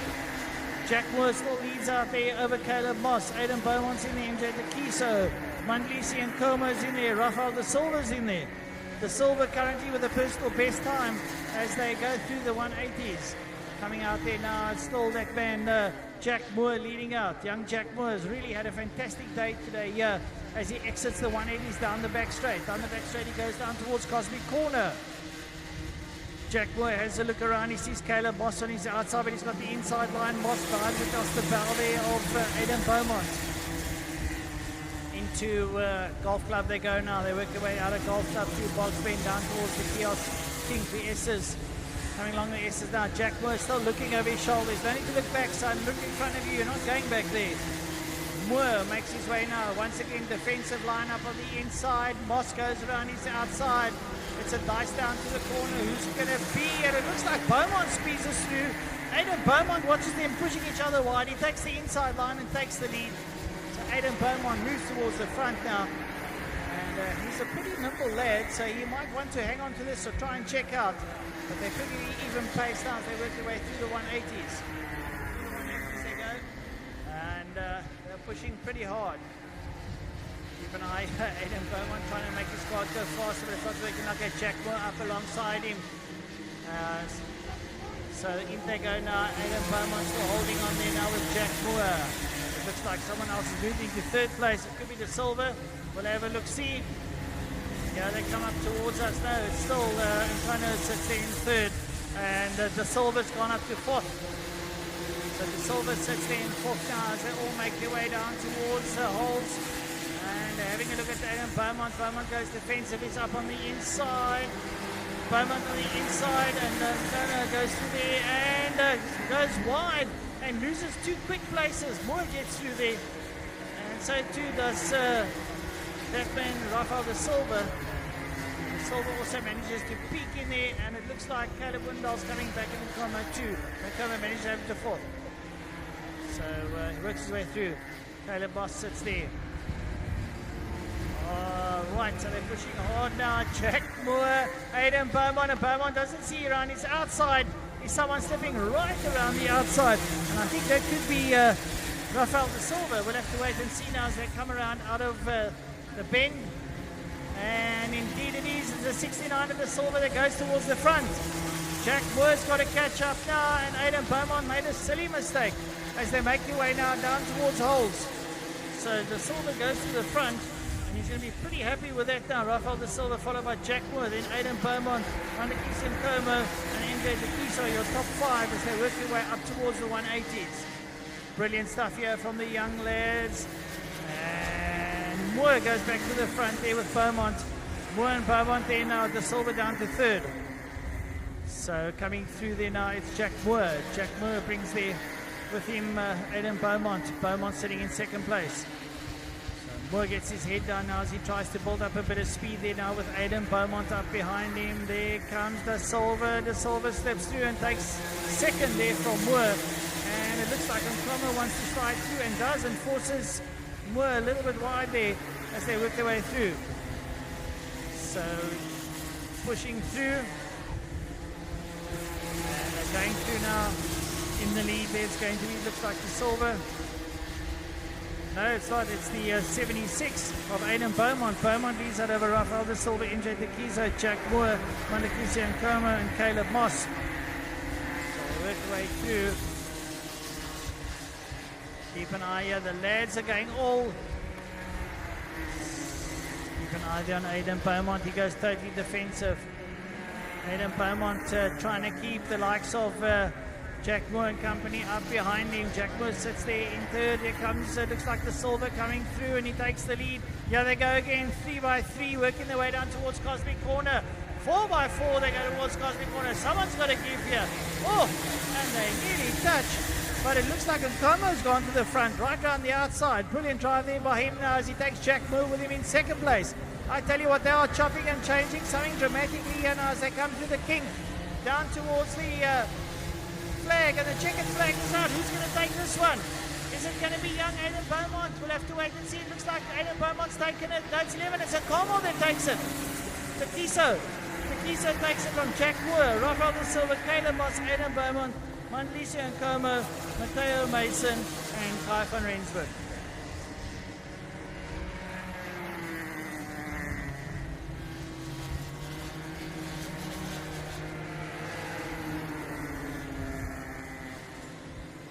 Yo, I'll tell you what, brilliant stuff out there. Even the marshals are applauding these youngsters, and I think we should give them a massive, massive round of applause. MJ Takiso, what a drive, young man. What a drive.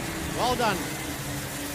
Winning this one here at Cologne International. I think if ever wanted to win one other than a home circuit, this is the one that he would want to win as they pull the carts into Park Vermeer. MJ Takiso comes home in P1. As a matter of fact, there was only 1.5 seconds between the first 8 carts across the line. Takiso, Moore, de Silva, Moss, Beaumont, Nkomo, Mason, and van Rensburg. Santiago and Thule finished 9th and 10th, but there was only 1.5 seconds separating the first 8 carts across the line. Lovely stuff.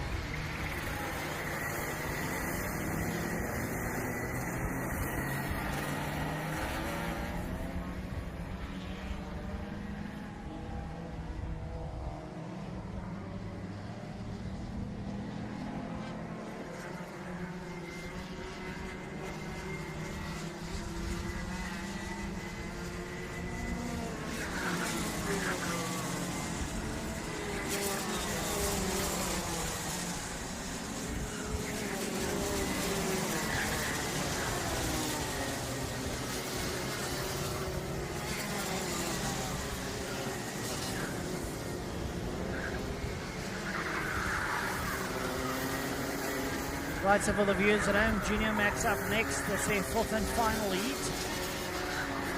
Out there, Mohammed Wali, Troy Dolenchek, Troy Stanman, Carl Fisser, Andre Larish, Ethan Steer, Kyle Larish, Vivian Naidu, Kian Grottis, Olarata Zakudu went off in the earlier heat, Jean Reynel and Matthew Wadley.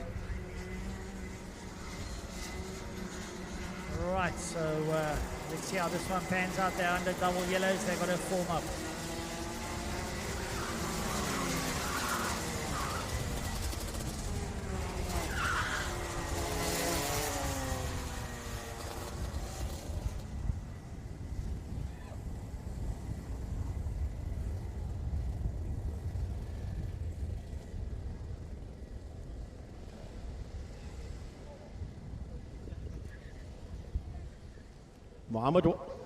Muhammad Wali is the man that's in pole position.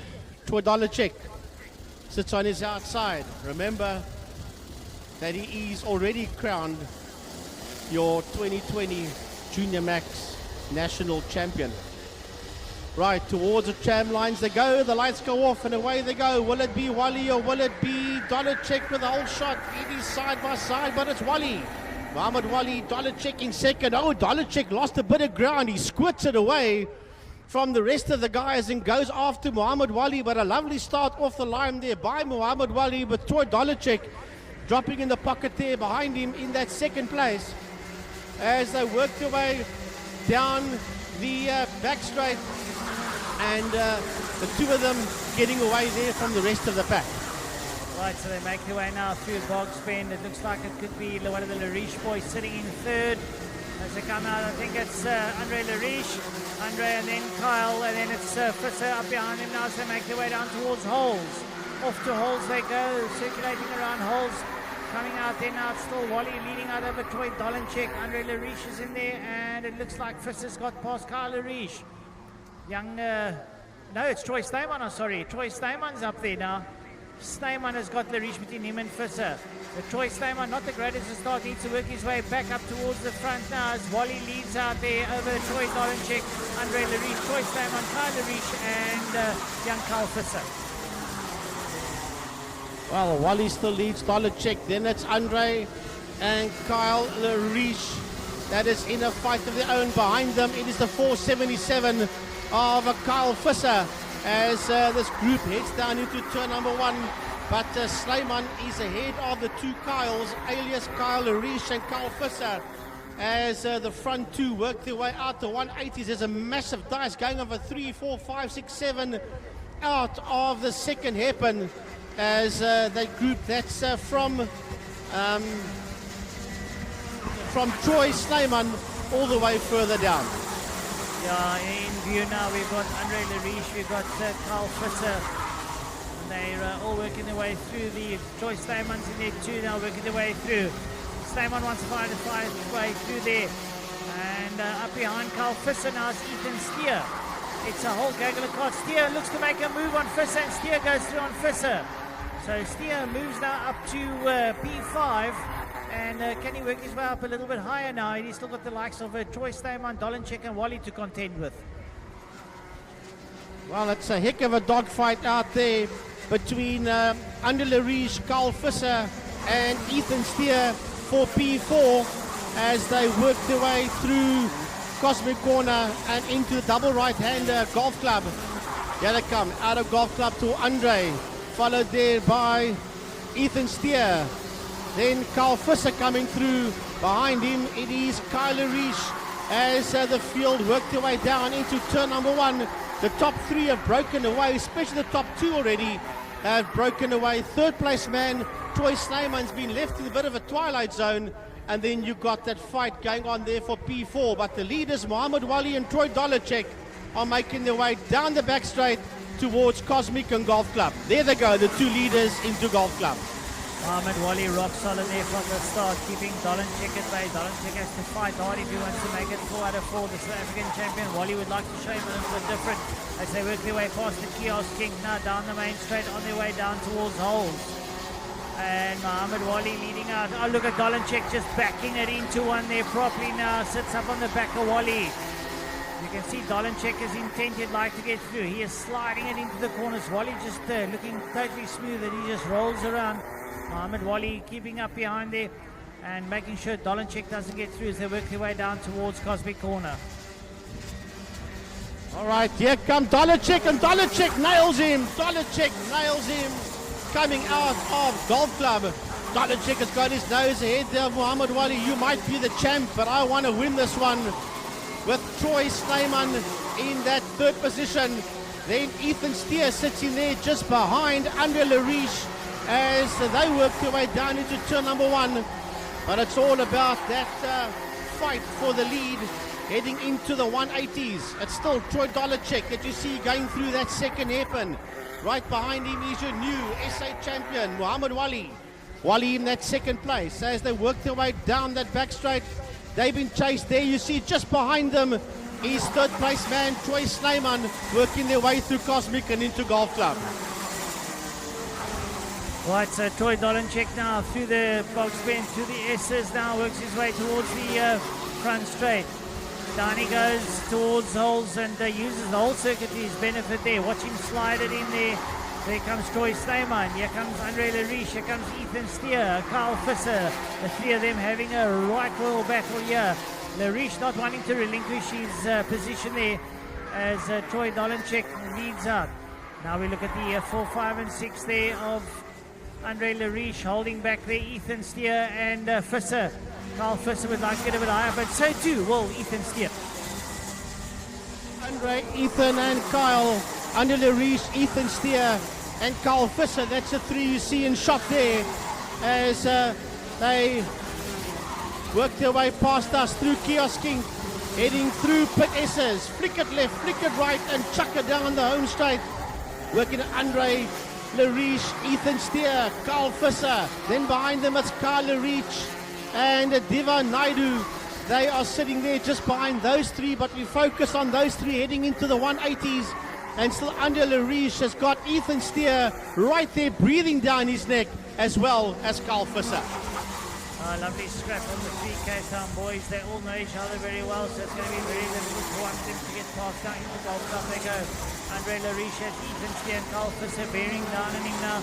He takes a pretty tight line there to keep them behind him. He attacks the circuit, he scrubs those tyres as he works his way around now. As he goes right onto the curbstones. Drifts it in and beautiful move there by Carl Visser up on the end, Ethan Steer. Carl Visser's got other intentions. He wants to make his way towards the front of the field and says to Mr. Steer, excuse me, I'm coming through. I looked for a moment there as if Under Lariche was going to get away because of that move, but they hooked him up and reeled him back in pretty quickly indeed. Now, will Visser have a go at Under Lariche somewhere? Working now through Golf Club.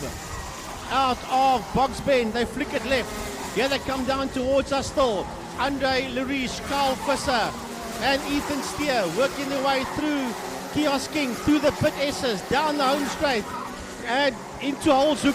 They go, and that's a fight out there, the three of them for P4.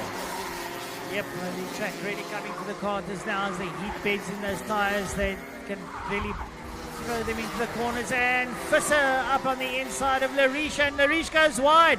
He doesn't look ahead of himself, he looks behind himself, loses traction, and Ethan says, thank you Andre, I'll pick the easy pickings, and he moves up ahead of them. Yeah, Ethan Steer also went through there on Lariche. He's lost a lot of ground ahead of them. He's Troy Snyman, he's in the twilight zone, but the leaders are heading into turn number one. There they go. And there's nothing between Troy Dolacek and Muhammad Wali. Not a damn thing as they head into the 180s, through the first hairpin, through the second hairpin. The last lap for Dolacek was 41.8 as they head down the back straight. My goodness, we are lap 12 of 15, and it is Troy Dolacek that leads there from Muhammad Wali in that second position. And there is nothing between them as they race past the commentary box and down to start lap number 13 of 15. There's 3 more laps to go as they head into turn 1. Well, we watch Troy Dolacek back it into holes there. Wally sits up behind him. Muhammad Wali is just sitting there, pan dead still in his cart. All he's doing is moving his hands and feet, and he's making sure he stays in touch there with Troy Dolacek. They go wide onto the curbstones of the second 180. They reel it around onto the back straight. Troy Dolacek gets behind the cowling and gets his foot flat down in the right-hand corner. And Wally sits right there with him. Wally's got fantastic drive coming out of the corners now. He sits right up behind Dolacek out of Golf Club into Box Bend. Down to the kink. And through there into the... past into holes here. Muhammad Wali, one of the youngest competitors here, only 12 years old. And Troy Dolacek already 15 years old. Matter of fact, Troy Dolacek, frankly, is going on to main circuit racing already. This young man is 15 years old, Troy Dolacek, who I'm almost certain it's not going to take very long before we see him debut on the main circuit as well. He's really doing very well, as I mentioned earlier on in iRacing. And it's only going to be a matter of time before we see this young man make a debut on the Kalani International main circuit. So, through pit S's they go, and they start lap 15 of 15 as they head down into turn number 1. Now, will he do enough to keep Muhammad Wali behind him? Muhammad won't care, he is the champion, but you want to win on the day, you want to beat your rival out on track as they work their way through the 180 center complex onto the S's and down onto the back main they go, and Dolacek just pulled the cart and a half length on him. Under braking, he catches him into Golf Club, but he's not going to get his nose ahead there of Dolacek as they exit Bogbend. The run to the checkered flag. It is dollar check from Wally, from Troy Snyman, finishing there in third position. Then it's Carl Visser across the line. Sorry, Francois. And right behind him, a lovely drive there by Andre Lariche.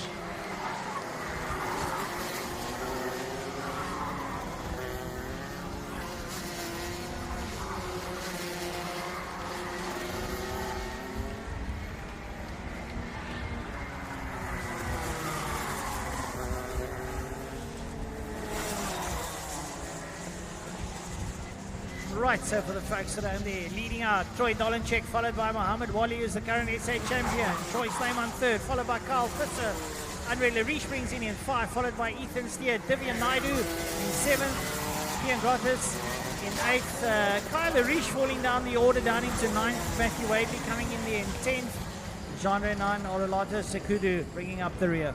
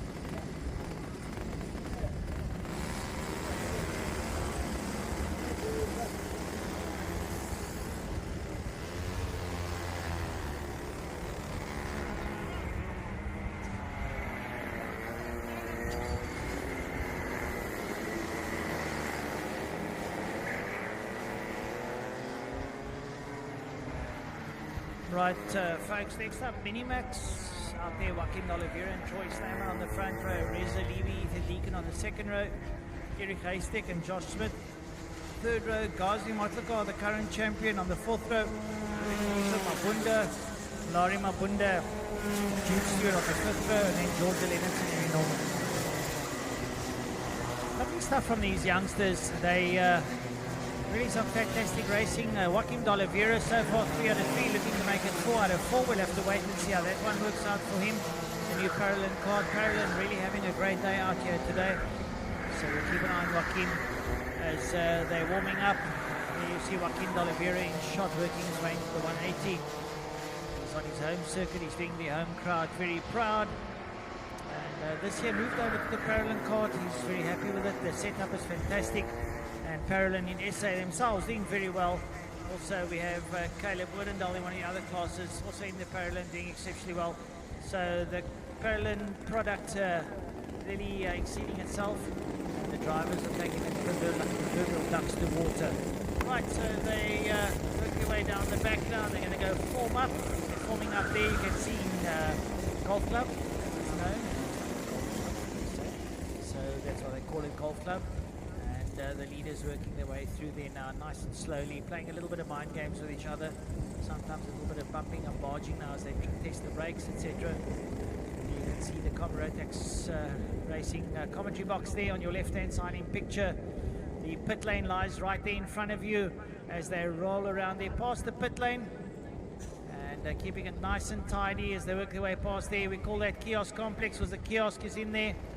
And they make their way through the S's before they come onto the main straight where the tram lines wait for them. They will hit the tram lines and they will get the race going.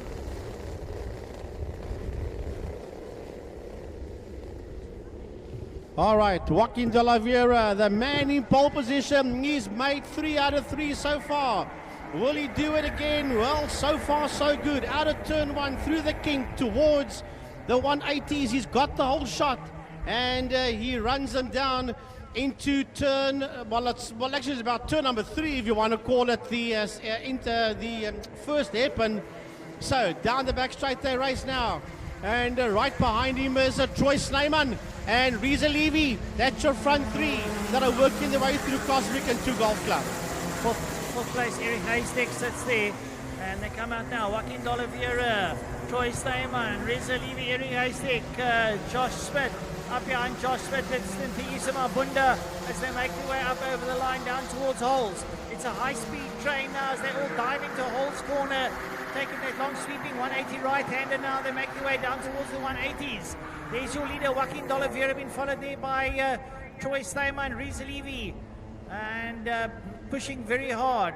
Coming out there now, Reza Levy's got Eric Haystack there behind him. Eric Haystack sits there with Josh Smith. Smith pushing hard, trying to close down in the back of Haystack. Coming up, they go high and wide, and they dive there into Golf Club. All right, working their way out of Golf Club. Here comes Joaquin de la Vera, followed there by Troy Snyman. And yes, behind Snyman it's Reza Levy. Then it's Eric Haystack, followed there by Joshua Smith. That is that top group that's heading down into turn number 1. But the fight is on here for 3rd, 4th and 5th position. And that is Levy, Haystack and Smith that are in 3rd, 4th and 5th position. The 2 leaders go through. Reza Levy coming through there. And as they head down the back main, it is Haystack that sits just there behind him, followed by Joshua Smith. They are fighting for 3rd, 4th and 5th position behind the 2 leaders as they make their way through kiosking, through the S's, and they make their way down the main straight. There's your leader, Joaquin de la Vera in picture, followed by Troy Steyman, Reza Levy, Eric Haystack, so Josh Smith up behind him in Ntiyisa Mabunda, Jude Stewart, Mallory Mabunda, Georgia Lennox, Eric Norman and Ghazi Motlakar. So Ghazi right at the back end of the field there now, but hey, who's to worry? I've got a championship in, but I suppose you're going to fight for a little bit of pride now as the rest of the field make their way through the 180s there, a mid-pack battle of note. There's a lovely dice going up there for 7, 8, 9, 10. That's Mabudla, Stewart. Well, both Mabudlas are in it, and Botlaka is also in that fight for 7, 8, 9, 10 as they work their way down into turn 1. Right, so leading out still now, Joaquin de la Vera, Troy Steyman in 3rd there, followed by Reza Levy, Ethan, and then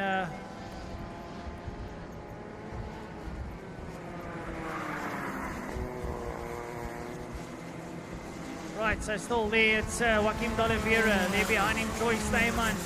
And Reza Levy sits up there behind him.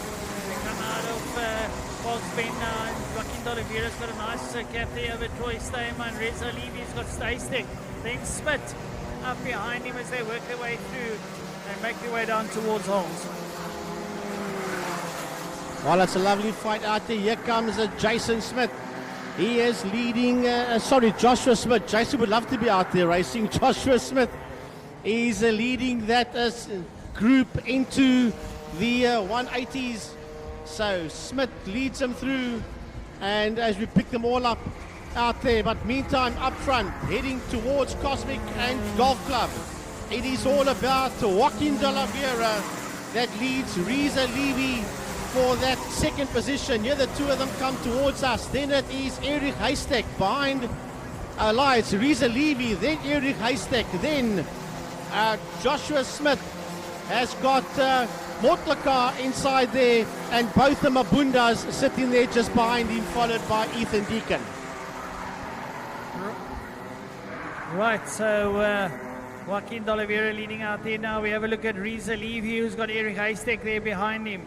Eric Heistek right up behind Reza Levy.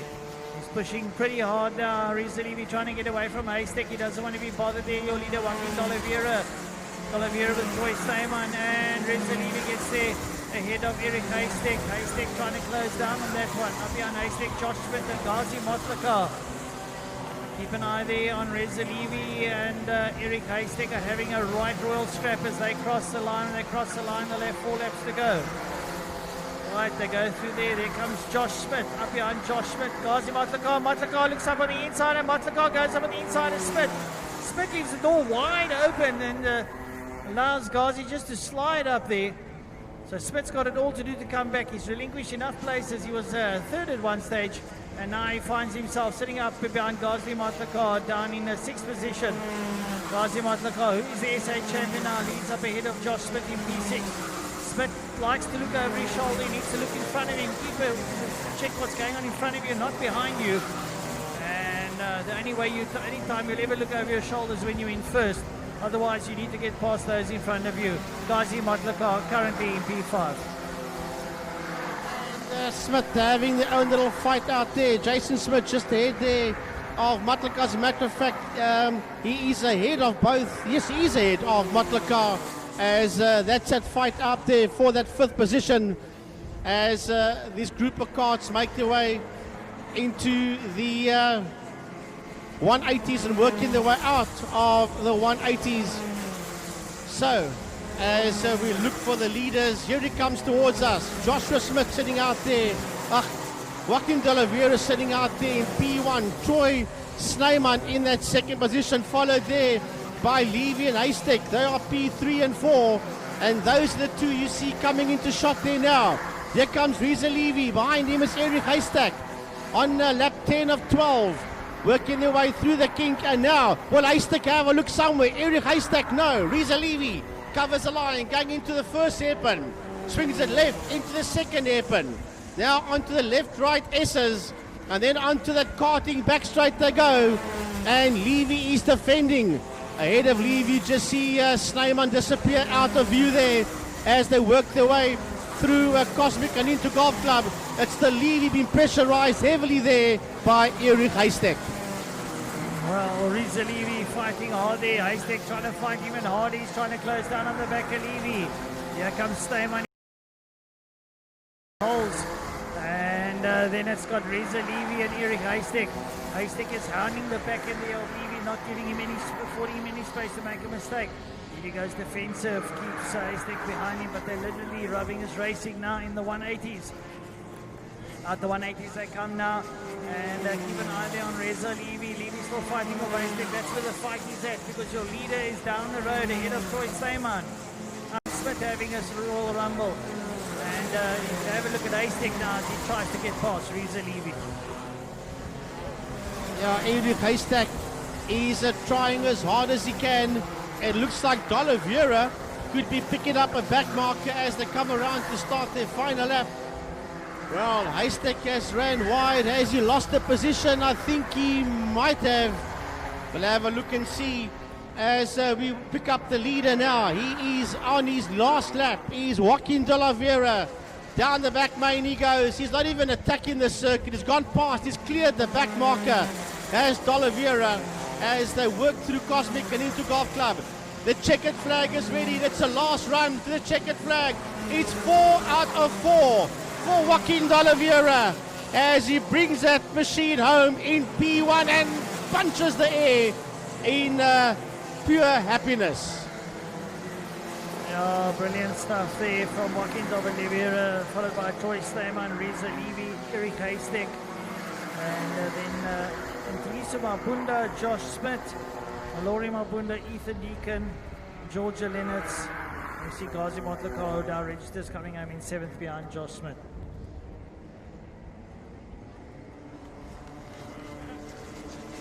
highlight for the viewers at home. In first place, Joaquim de Oliveira. Best time there over 43.9, followed by Troy Stayman and Rez Zaribi making up the top three. Yeah, de Oliveira, the first guy at 4 out of 4 for the day. Then Eric Haystek, Yisa Mabunda, Josh Smith, Gazi Motlaka, Malori Mabunda, Ethan Deacon, Georgia Lennox, Jude Stewart and Eric Norman bringing up the rear there. Fantastic driving by these youngsters.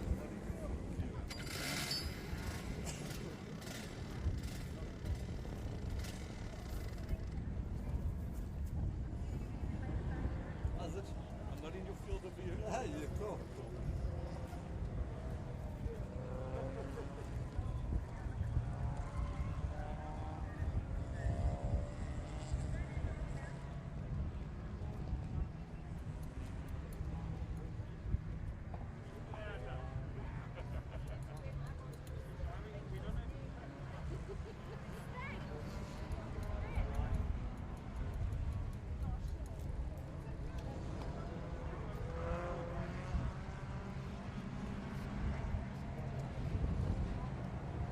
Right, we now move on to the Senior Max's last race of the day. And Tate Bishop will be your 2020 Rotax Senior Max National Champion. But well done to Joaquim de Oliveira. 4 out of 4. It's a pity that this young man couldn't have been a championship contender for the other rounds, because I think he would have made them really sweat out there. But for the day, well done to Joaquim de Oliveira. I don't think the young man is, or anybody's won 4 out of 4 to my knowledge. But I know his grandfather refers to him as an old soul in a young man's body. A very, very, very mature young man at a very, very young age. And I see Dad is very, very happy down there. And the entire crew was happy that he's made it 4 out of 4. Right. We wait for the Senior Maxes to appear out on the track for their 4th and final race of the day.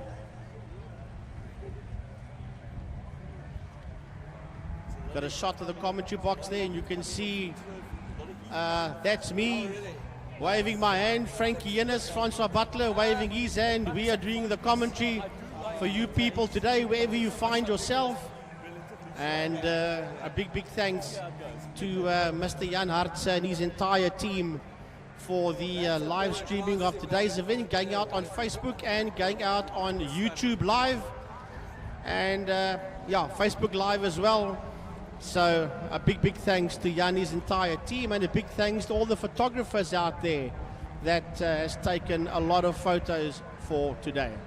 And a big thanks to you, the crowd out there, that has, when I say crowd, I mean the people that are allowed to be here. Everybody's names are on lists, and everybody's followed the proper COVID procedures.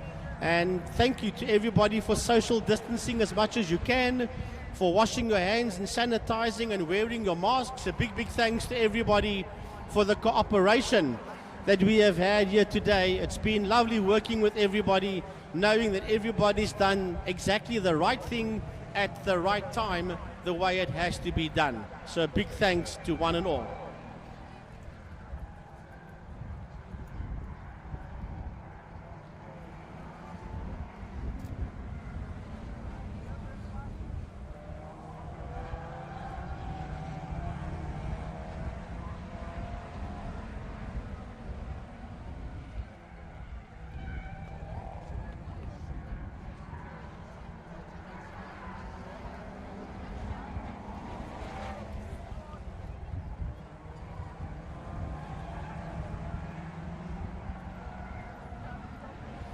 Yeah, folks, and that thank you that I just made comes on behalf of Phil Herald, who is our COVID officer at the Western Province Motor Club. I just relayed the message on behalf of our COVID officer, the great Mr. Phil Herald.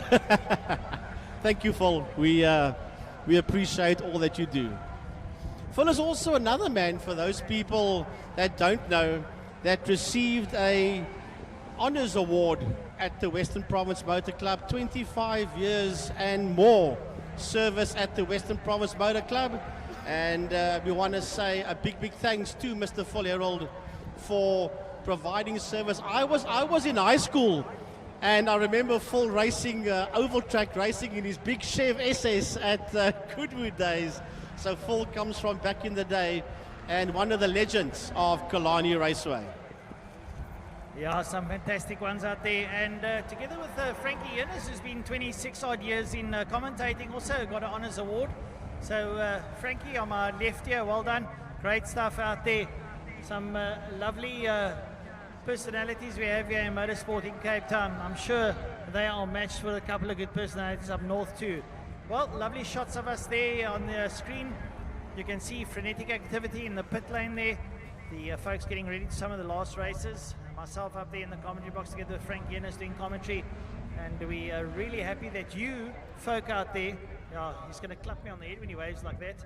But nonetheless, some lovely competitors taking part here today. It's a lovely day's weather, a light breeze blowing around here, a little bit of a northwester, possibly a little bit of a frontal system coming in. We have a look on the horizon. There are some clouds on the horizon nonetheless, so possibly something coming in, maybe a little bit of a weather change. We're still in spring here in Cape Town, so anything can happen. Got to rectify you there, it's a southwesterly wind blowing out.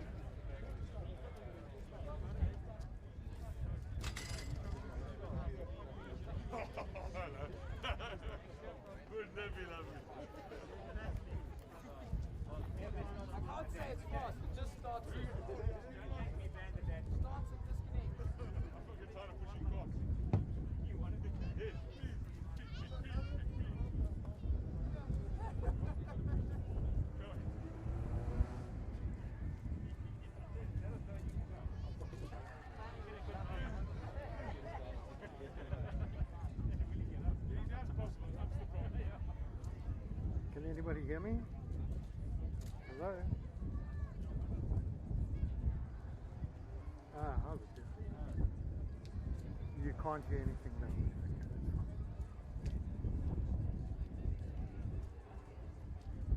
Yeah, just they can't hear us. So maybe they can. We can't hear them.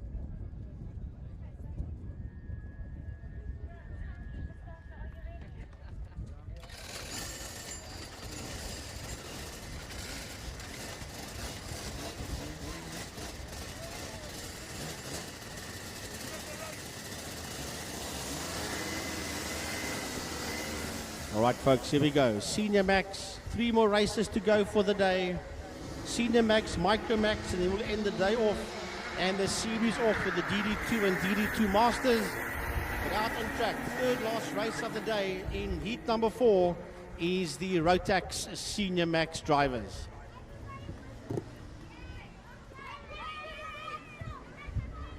That man making his way down the back straight is your Senior Max 2020 SA National Champion, Mr. Tate Bishop. So they'll do another lap, then they'll slow it down. Charles Visser will have secured that second position in the SAs. You'll be content with that second, but not happy with that second position in the championship. So he's lost the championship to Tate Bishop.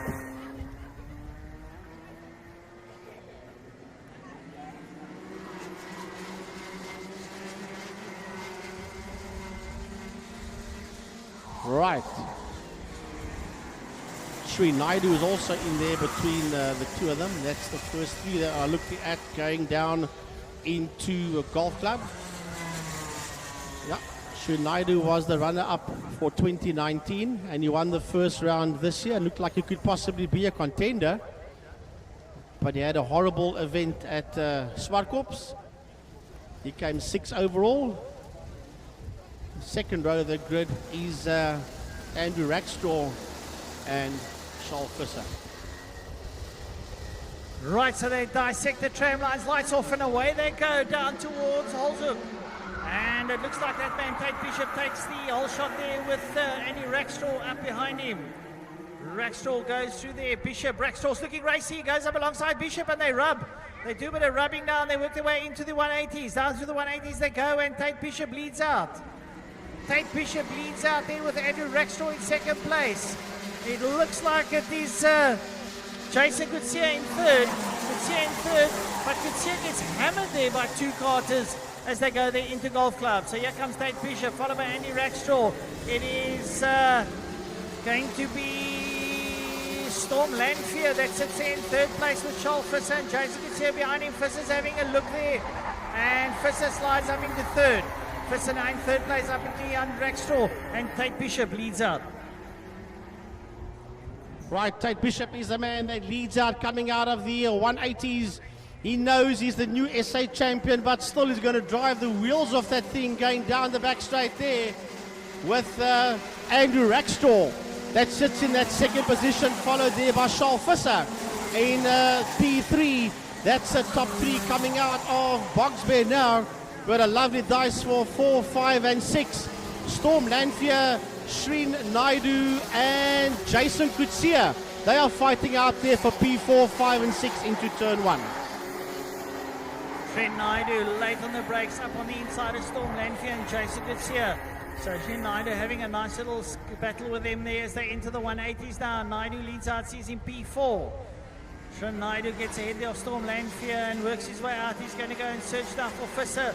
But Visser, Rackstraw, and Bishop are way down the road now. They're going into Cosmic Corner. Into Cosmic Corner they go. And I tell you what, Jason Kutsia goes a little bit wide, and Storm Lanfear picks him in there. But now Shreen Naidu and Kutsia comes back at Lanfear. Kutsia comes back at Lanfear and regains the position of P5 now as they work their way down towards Holes. Your leader still is Tate Bishop. And Rackstraw's got Visser hounding him there now as they exit Holes now up towards the 180s. Visser's going to try and go late on the brakes, tries to go inside, but Rackstraw keeps that door firmly shut in his face. And your Rackstraw has got Visser crawling all over him, but he does slam that door in his face as they work their way down the back straight. They're not far behind. They're 1.1 seconds when they cross the start-finish line behind Tate Bishop. Bishop comes down towards us. He's being kept honest here by Rackstraw and by Visser as the three leaders make their way down the main straight, heading down into turn 1. Just behind them you see Shreen Naidu sitting there in that 4th position. But it's all about this fight for that second position between Rackstraw and Visser. Just ahead of them you see Bishop disappear out the frame as Rackstraw and Visser having a go out there for that second position. A nice tussle here between Rackstraw and Visser. Looks up on the inside and Visser takes second place. Visser made it look so easy. He stayed up on the inside of Rackstraw. He goes up into second now. He's going to go look for Tate Bishop. Bishop in the Angry Jeep outfit leads out front now as he makes his way down towards Holes. There comes Tate Bishop now. He'll slide it into Holes there. There's Visser and Rackstraw. Rackstraw gets a bit of a twitch underfoot there, but manages to collect it as he takes it around down towards the 180 complex. The 180s he goes, and Andy Rackstraw, also a protagonist in the Formula 1600 for the race driver SA outfit, but he sits now in third place, and he'll look to try and close down on the back of Visser, but Visser's on a fly here. He's trying to close down to the back of Tate Bishop. Yeah, Visser there in that second position. He wants a piece of Tate Bishop, but he's too far, too down. We are on lap 6 of 15. So we're almost at the halfway mark as look at Bishop slide it. Visser slides it. And Rackstraw had a look up on the inside of Visser heading through the king towards the 118. That gave him the gap to look up on the inside. But Visser done enough to stay ahead there of Andrew Rackstraw. So they're still fighting nail and tooth here for that second position. with the leader, the 294, heading down into Cosmic and Golf Club. Bishop, Visser and Rackstraw, second and third on your picture as they work their way through kiosking, through the pit S's and onto the front straight. Brilliant stuff. There's your leader, Tate Bishop now, slides it in, and so to the Visser and Andrew Rackstraw. Rackstraw trying to stay in touch with Visser. He might want to come back at him at some stage now. We're just over the halfway mark, and Visser taking nice attacking lines, not defending too much there. Manages to keep Rackstraw behind him now as they exit the 180 complex. Now you see Shirin Naidu coming into the picture. It's about 3 seconds there behind Andy Rackstraw. Up behind Naidu is Jason Garcia and then Storm Lanfear. Still Visser leads out there over Andy Rackstraw in second place. They're chasing down that man Tate Bishop, who leads out front in the Angry Jeep sponsored machine. Right, to make their way now. They're going to be 9 laps of 16 when they cross the line. They've got 5 laps to go. 6 laps to go, sorry. And still Charles Visser just keeping off the attentions there of Andrew Rackstraw, who's right up behind him. Yeah, Andy Rackstraw is right on his case there. And don't think that the championship has been wrapped up by Bishop. That he's not giving it his all. He wants to go out in style. He wants to win the day in style, win the race in style as he works his way past us. But still, it is that massive fight raging on here for second and third between Visser and Rackstraw. There's 1.1 seconds as they make their way through into turn one. The current points, Bishop, you see out there the 294 card, Visser in 201, Rackstraw in the 240. As you look at the Visser and Rackstraw combination in second and third, chasing down the leader, and Rackstraw made a bit of mistake and Visser comes through. Well, Visser and Rackstraw still going one-on-one. The question is, will Visser now disappear from Rackstraw and get a whole lot closer to Tate Bishop? For the championship it matters not, but for the day it might just matter, although that third heat turned horribly against Charles Visser, but he's not getting away there from Andrew Rackstraw. Andy Rackstraw sitting up there behind Charles Visser. Charles Visser knows he's there. He's just maintaining his lines and keep making sure that he keeps him behind him. And he gets down now behind the cowling out there to draft his way up towards Cosmic Corner. So Visser still leading up over Rackstraw there in second place, with Tate Bishop a little way down the road in the front there. Shirin Naidu is in fourth place. He's trying to close down on the back of Rackstraw, but Shirin Naidu is going to have to step up the ante a little bit instead of Jason Garcia and Storm Lanfear. Dane van Heerde sits down in seventh, followed there by Daniela Mazzopi. They make their way through there now, but still we have a look at second and third, which is Visser and Rackstraw. And they are closing down ever so slightly there on your leader, Tate Bishop. While still it's Visser and Rackstraw going down the backside. You can see they are closing up there on race leader Tate Bishop. When they cross the line, they'll have 3 more laps to go. Here come your front runners, Tate Bishop, Charles Visser, Andrew Rackstraw, Sri Naidu, Jason Kutsia, and Storm Lanfear. That's the top group that's working down into turn number 1. And still we sit there with that fight for that second position, which could be a fight for first, but I somehow don't think so. Bishop might just be controlling this one, I don't know. They are closing up to Bishop, but is it a matter of Bishop are just easing off and controlling things at the sharp end of the field? I'd like to believe so, but either way, they are closing the gap ever so slightly there, lap after lap on the leader, Tate Bishop, with about 2 laps to go. Yeah, 2 laps to go when they cross the line. Right, Tate Bishop leading out there now into holes now. Has to look over his shoulder to see where Visser is. He's just got to up the ante ever so slightly. Visser's coming in him hard and bringing with him Andy Rackstraw. We could have a little bit of a challenge here in the dying moments, but Visser is now closing down over and over foot as Bishop lost his tyres. We'll have to wait and see, because here comes Visser.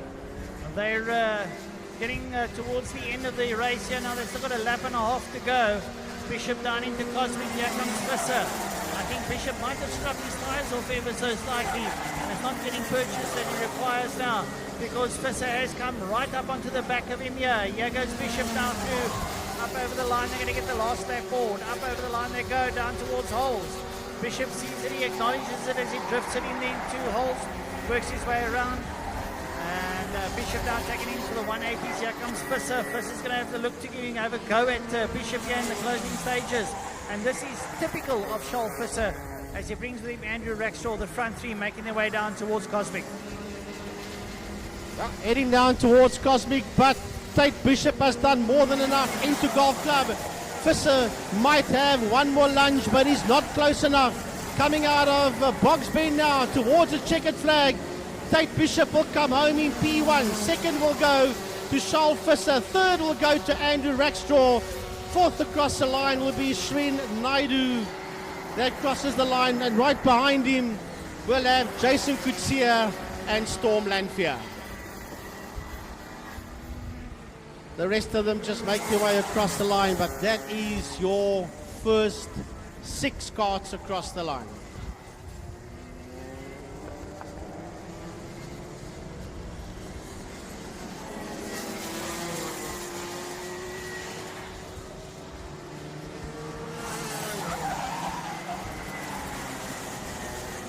Well, folks, there you see your champion. He gets the checkered flag. He's won it. He is your champion.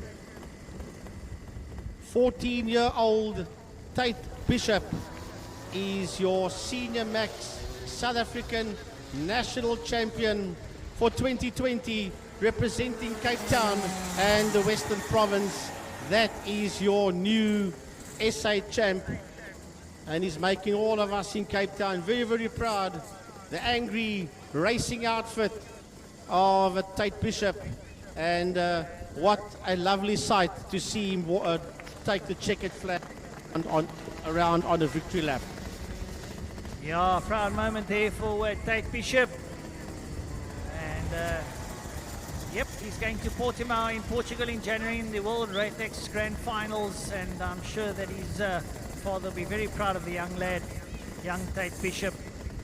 And it's been a trying year, but a good year for Tate Bishop. Folks, as you see there on the monitors now, Tate Bishop leads out over Charles Visser, Andy Rackstraw third, Srin Naidu, a credible fourth, followed by Jason Kutsia and Storm Lanfear. Danai van Heerden came in there in 7th, followed by Daniela Mazzopi. What a lovely bit of racing today from these lads. Some fantastic stuff. And next up we'll have Micromax and then the DD2s, and the day will be over. And I tell you what, it's been an absolute blinding day of racing here today.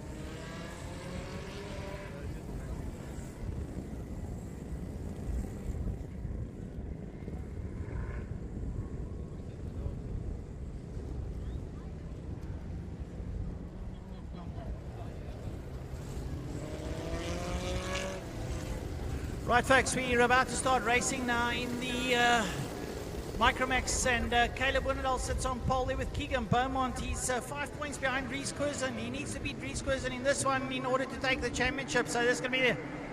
And I tell you what, if it's up to Reese Curzon, he's going to be fighting right back. It's close stuff now as they would do up towards the 180s. Into the 180s they go now, and it looks like it's Caleb Winnendal. Caleb is now getting his foot down, firmly stuck in the right-hand side of the floorboard now as he's pedaling away. He's banging that parallel out of the 180s down the back straight, and he wants to get away from the rest of the field. He is absolutely determined to get away there. It looks like it is going to be Mohammed Murat is sitting in second place, and Josh Smith sits in third. Well. If it stays like this, Reese Curzon's got a problem in his hands, but Curzon's coming back at Smith. Caleb Winnendal's trying to get away there. Yeah, Curzon stays like that, he loses the championship, so Curzon is going to be fighting. Curzon's going to be attacking Josh Smith pretty shortly now as they make their way down in towards holes. And Caleb Winnendal is trying to get away there, but it looks like Murat is starting to reel him in. Here comes Smith and here comes Curzon. Curzon goes around the outside there and tries to come through, and look at Smith, he's attacking the back end there of Mohammed Murat. Well, I'll tell you this for nothing, the championship leader doesn't want to be where he is. There's only 5 points between himself and Winnendal. And Winnendal is clearing off down the road. He's doing exactly what he needs to do to win, doing exactly what he needs to do to win the championship. He will win it by 1 point if the checkered flag had to come out now, which obviously it's not. We've got a long way to go still. Now, Reese Curzon mustn't push the panic buttons now. He must just begin to make up one place at a time. He's got more than enough time to come through. Well, the three of them have now caught Winnendal, and through on the inside goes Murat. Murat puts himself into P1, and this is exactly what Curzon wants, but he needs to clear, with all respect, Joshua Smith and Winnendal. Joshua Smith's got other ideas. He gives him a bit of a nudge. He says to Reese, come with me. Let's do this together. He opens the door there for Curzon. Lovely sportsmanship there by Smith. He knows that he can't win it, so he gives the opportunity to Curzon to move up into that third position. Well, I'll tell you something for nothing, Frankie, as I was out there, I'd not be giving up positions. I want to race now, but Mohammed Murat leads out there with Caleb Winnendal. Curzon now sits behind Winnendal. He's going to want to get past Winnendal. If he gets past Winnendal, he knows there's a championship coming in. Curzon slides in. Oh, he bangs in, and Smith goes to second. Smith comes up into second behind Murat as Curzon bangs into Winnendal, works his way out there now. Winnendal must be thinking to himself, I'm coming back towards you now, buddy. We're going to be fighting with 3 and 4 now. Smith gets away and he's on his way to Murat. Winnendal comes back, he rubs the back there of Curzon and says, I'm here to fight with you, brother. Coming out now out of box bin now, it's Mohammed Murat there, followed by Josh Smith, Reese Curzon, Caleb Winnendal. Up behind Caleb Winnendal is Rahili Maulula. They make their way down towards holes, and this is frenetic stuff on the front end of the field. Well, it's all about that front four that's making its way into the 180s. Your two championship protagonists are sitting third and fourth at this point in time in that group of four, and there's nothing. Well, if Reese ends where he is now, he will win the championship by 6 points, keeping in mind that he's keeping Winnendal behind him, and Winnendal is losing ground. And going for the lead was Joshua Smith there, but here comes Reese Curzon. Curzon up on the inside, and Curzon goes up to P2. Curzon into that second position. He's chasing down Mohammed Murat as they cross the start-finish line and head down into turn 1. Right, so Murat leading out there now, and followed there by Reese Curzon, and Caleb Winnendal gets past Josh Smith. Caleb Winnendal's on a charge now. Reese goes to the lead now, ahead there of Murat. And I tell you what, this champion really showing the folks the way around the circuit now as he leads out of the 180 complex. Murat is not going to sit back and relax. He's going to come straight back at him. Keep an eye there on Winnendal. So down they go. And if Reese Curzon wins this championship, he'll be the only champion in South Africa to defend his title. So let's see if he can do it. He runs his way around, and Murat sits there with Caleb Winnendal and Josh Smith. Caleb Winnendal is pushing hard there up behind the back end, and Murat there is keeping a straight line. Murat looks to take the lead and does it. He gets past Kweza. Marat takes the lead, and here comes Wittendal. Wittendal's up for a fight. The young lad is in it to win it, but Kweza comes straight back at him. And look where Wittendal is on the back of Marat. This is getting exciting, folks. It's unfolding into a real spectacle.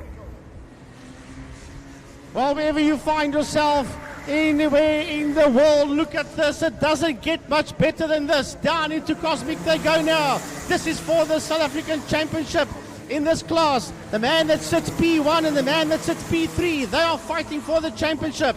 It's come down to the final race of the day for the final round of the SA Championships at Killarney International Raceway. And can Mr. Wittendal make a move and go into that second position and take that place away from Mohamed Murat?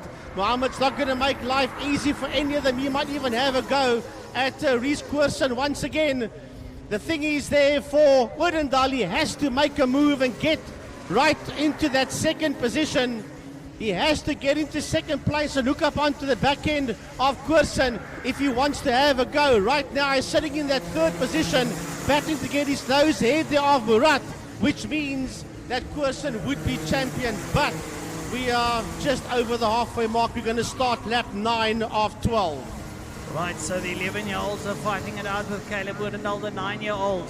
He's the puppy in the pack here, but he's running with the big dogs. He doesn't matter. I am here to race, he says, and he's sitting in third position. He's attacking the back end of Mohamed Murat.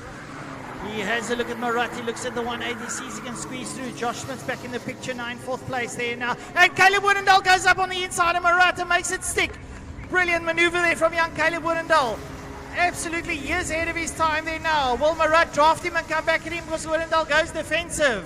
Wittendal goes defensive and Smith climbs up the back end of Murat. And Smith goes through. Smith goes through. Oh, and Smith spins.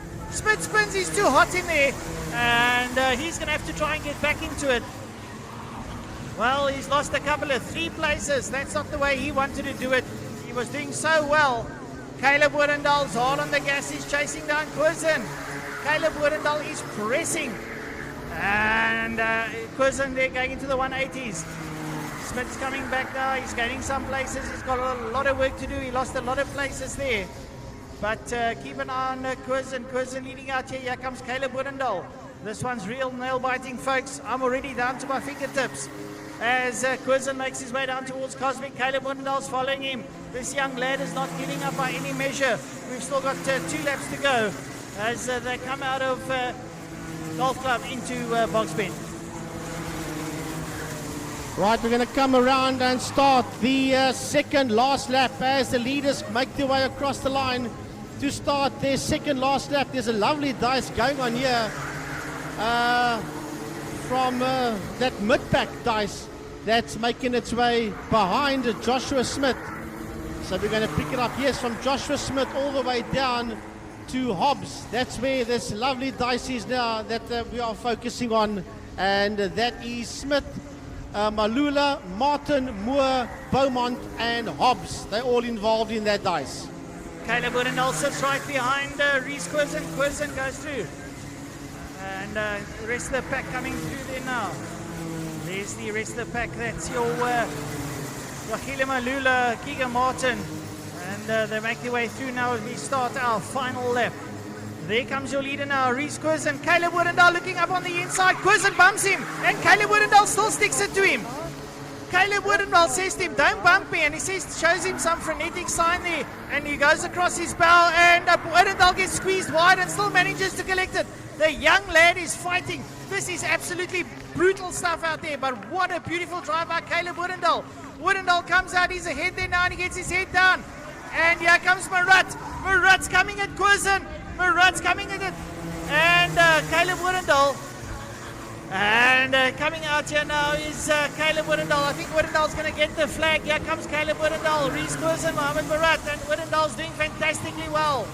Wittendal comes through and he's going to get the checkered flag. Wittendal gets it from Koersen and Murat. It's going to be Jordan Wadley and Joshua Smith. Jordan Wadley, Joshua Smith. And then it's going to be Rahila Malula. No, not. It's Keegan Beaumont. Then Keegan Martin, Josh Moore, Dale Hobbs, Sabella Ntuli, Rahila Malula, and Lincoln Randall.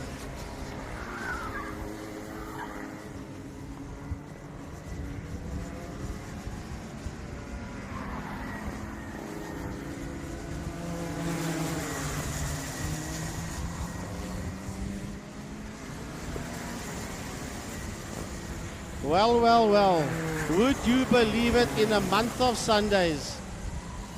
I'm going to hazard a guess. I'm going to confirm with my producer. But if it stays the way it is, Reese will win the championship still. But you never know. There was contact out there between himself and Caleb Oorendal. How the powers that be will see it, well, that I do not know. We as the commentators just call what we see. That, of course, is in the hands of the powers that be if they decide to do anything, which, of course, nobody knows. But, man, so unofficially, Reese Koersen is your national champion.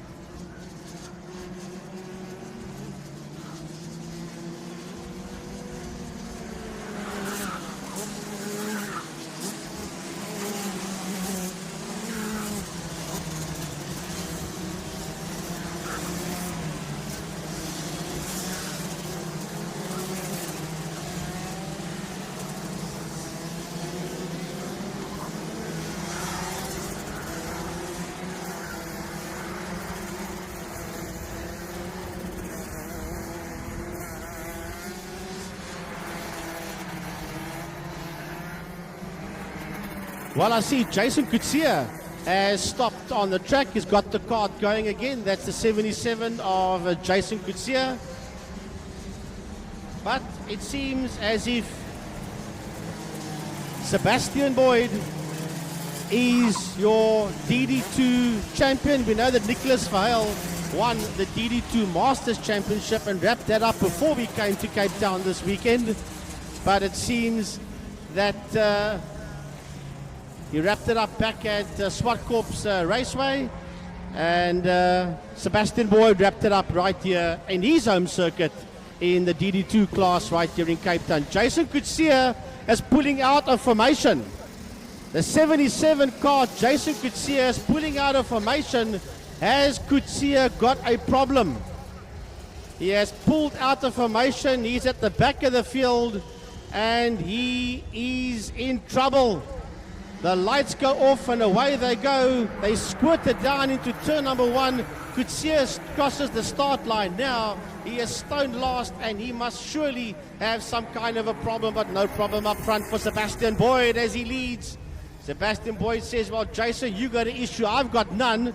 As they go down the backbone, Yuri Umpiswart sits in that second position. Then it's Robert Whiting that's there in that third position. He will wrap up second position, Francois, for the SA Championship. Yeah, brilliant stuff here now. Sebastian Boyd leads out over Yuri Swart. And Robert Whiting, Nick Verheul in there too, with Roy Gruwer up behind him. Those are the two masters, Verheul and Gruwer, sitting there in 4 and 5 respectively now as Sebastian Boyd leads up. He makes his way out to the 180s there with Yuri Swart up behind him. Robert Whiting there with Nicholas Verheul. And well, it was a protagonist. Robert Whiting didn't make it, and he's got the current Masters champion up behind him. So it's experience versus youth cars to make their way back. And down towards Cosmic Corner they go. Into Cosmic they go now, and Yuri Swart closing back down on the back end there of Sebastian Boyd. Boyd leads out over Yuri Swart. Robert Whiting, Nicholas Verheul, Roy Gruwer, Connie Hughes, and Jason Preyland work their way through.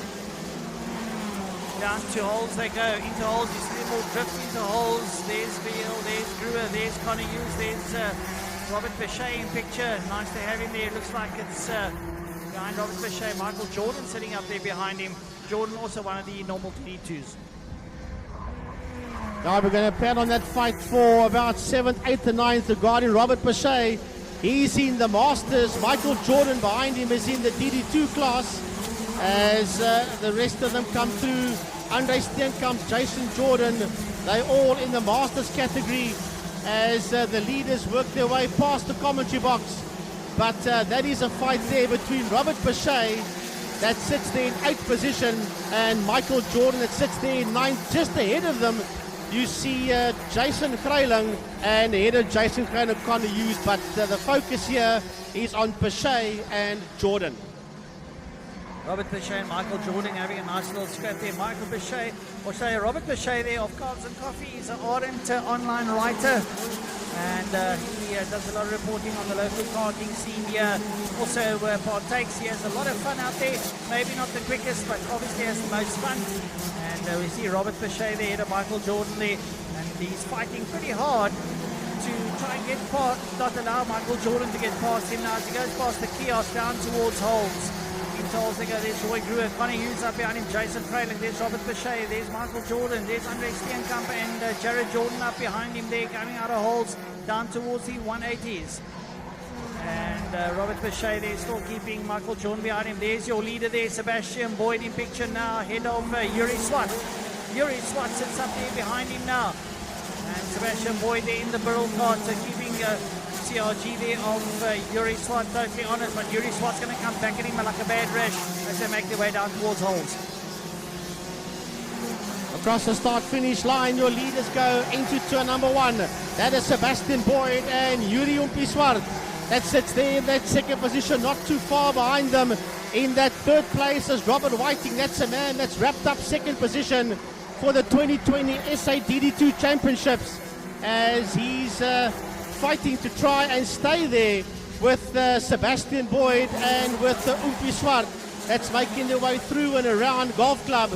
Out of Golf Club now, through Box Bend. Here comes your 2 front runners, Sebastian Boyd and Yuri Swart, followed there by Robert Whiting. There you see Whiting coming to the picture now. The man that sits in P1 is your new champion, and the man that sits there in P3 is your runner-up for 2020. Sebastian Boyd leads over Yuri Swart going into the 180s. Yuri would like to attack it, but I can tell you what, Semi Boyd is really on a fly now as he exits the 180s down the back straight, down towards Cosmic Corner he goes. Gets his head down as he tries to draft it up towards Cosmic, rolls it into Golf Club. Nice and tight, gets forced wide, and then clips the inside there of Box Bend, brings it around past the kiosk kick. Sebastian Boyd hard on the gas now. It's about a half a card gap there over Yuri Swart as he makes his way down towards holes. 3rd place man Robert Whiting sits a little way back. He's about 2.5 there off Yuri Swart. Semi Boyd doing well now. We're 8 laps of 15. We pass the halfway mark now as they go into the 180s. Sebastian Boyd leading out over Yuri Swart and Robert Whiting. And Sebastian Boyd now makes his way down the back straight there. You see some scuffles behind them further down the field. Boyd, Swart and Whiting all there. Then it's going to be Nicholas Verheil, who's in 4th place, the master, sitting up in P4. Frankly, that is not too bad at all. Nicholas Verheil towards us, but behind Verheil is a lovely fight coming on between these 2. Roy Gruer, Connor Hughes, and the entire left-hand side pod of the Jason Kreiling cart is gone. I'm sure the camera team will pick that up. The 138 cart, the entire left-hand side pod is not on that cart. That's not stopping him though, and he's just behind that fight that we're looking at now, going through our picture here. The one between Roy Gruer, Connor Hughes. There he comes, just behind those 2 is Kreiling, and that left-hand side pod of the cart is gone. Oh, Connor Hughes getting himself in a bit of a knot there, and he's lost the ground there to Roy Gruer as they exit Golf Club. Well, we're going to start lap 10 or 15 now. Roy Gruer getting away from Connie Hughes. Connie Hughes pressing hard there now. Jason Kreiling sits up behind him. Right there's Jason. And have a look there. Oh, the whole side pod there of Jason Kreiling's gone. Bye-bye. That's what I was chatting about earlier on. The whole left-hand side, the side pod of that Kreiling cart was gone, and they are the first 4 in the Masters category. So yeah, the cart was obviously declared safe there by the scrutineers, and they said, okay, man, you can go out there and race it like that. No harm done. As here comes Gruer, here comes Hughes, and here comes Kreiling, followed there by Robert Bechet and Michael Jordan. and ailing 77 at the back of the field of Jason Kutsia. Right, so on screen there, have a look. Connor Hughes up on the inside of Gruwer. Connor Hughes, man, he's been on some fine form this year now. Gets up on the inside of Roy Gruwer. These are the second and third of the Masters. So Connor Hughes having a lot of fun. He sits in that yellow cart there, head of Roy Gruwer with a green helmet on. Up behind him, Jason Crayland pushing pretty hard. This is an ex-Blue racer, Jason Crayland, has decided to come back to his roots and do some DD2 karting. Connor Hughes there ahead of Roy Gruwer. Gruwer sitting in there now. Jason Crayland trying to close down on him. Crayland working hard, working up a sweat there behind these two guys. But these are second and third in the Masters, doing a fantastic job. Real high-speed stuff there into turn one. They make their way towards the 180s. Connor Hughes, Robert Bechet, and Jason Crayland are making their way into the 180s. Through the second hairpin they go now, working their way down onto the back straight. And here comes Roy Gruwer. Gruwer wants to run him on the outside, but Connor Hughes covers the line as they make their way through Cosmic and Golf Club. And there's a bit of argy-bargy, and it is Gruwer that drops now behind Hughes and Crayland. Well, Jason Crayland will take this with both hands now as he sits up on the back of Connor Hughes. He's this way, that way, trying to get past him. There's Jason Crayland now, third in the Masters, up behind Connor Hughes. He goes up on his outside, tries to squirt back for the switchback, but Connor Hughes keeps it all firmly shut in his face. And Connor Hughes doing pretty well here. Keep Jason Crayland ahead of him, or behind him, I should say. So having a look, there comes your leader now, Sebastian Boyd down towards Holdsworth, Yuri Swart up behind him. Then it's the third place man, that's going to be Robert Whiting. Whiting sits there in third place, still doing pretty well and riding a respectable race. As on screen, we still see that tussle there behind Connor Hughes and Jason Crayland in the Masters. Crayland driving the wheels of that car, trying to close down on the back of Hughes. He's on the absolute roll now, but back with the leaders. Into the lead goes Umpi Swart. Yuri Swart takes the lead away there from Sebastian Boyd. Not that it makes any difference, but it's Umpi Swart ahead of them. There's a back markers. They're going to come around and start the last lap. Yes, one more lap for them to go. And there's a back marker that they're picking up there in turn number one. The back marker in turn one. He's going to have to just hold his line. He gets the blue flags from the marshals. And lovely there by the back marker. No hassles as the leaders go through onto the back main. Swart from Boyd, half a lap to go. Boy, he sits up behind Yuri Swart. Will he give him the return of favour? Swart goes defensive, but keeps Boyd behind him. I don't think Sebastian Boyd's too concerned about that. Maybe a little bit of pride of not winning the race. Yuri Swart stays ahead of him there. Checkered flag beckons now for the final heat of the day. Yuri Swart will take it from Sebastian Boyd as they cross the line. Yuri Swart punches there. He's happy about winning that one, but Boyd's happier. He's got an SA title behind him. Robert Whiting comes home P3. And fantastic race there. There's your SA champion in screen, Sebastian Boyd. I think he's a lot more elated, if you ask me. Yuri Swart might be the winner on the day, but nonetheless, third place Robert Whiting, fourth, first in the Masters, and new SA champion Nicholas Verheul, followed by Jason Crayland, Connor Hughes, Roy Gruwer, Jason Gutsiena, Aileen Card, Robert Bechet, Michael Jordan, Jared Jordan, Andre Steenkamp, and Morne van Rensburg. Well, amazing stuff in the DD2 and DD2 Masters. And there's your results. Umpi Swart coming home in P1. Yuri Swart, Sebastian Boyd finishing a tenth of a second behind him. Robert Whiting 3.6 seconds behind Boyd, followed there by Nicholas Verheul, who was the winner of the Masters for today, and your overall champion Jason Crayland, Connor Hughes, and Roy Gruwer. Those were your Masters, but Umpi Swart, Sebastian Boyd, Robert Whiting, they're the winners of the DD2. Well, Frankie, it's been a great live stream, and thanks for joining me here today. And to all the viewers and the production team, thank you very much. It's been absolutely fun keeping you entertained, and we sincerely look forward to next time.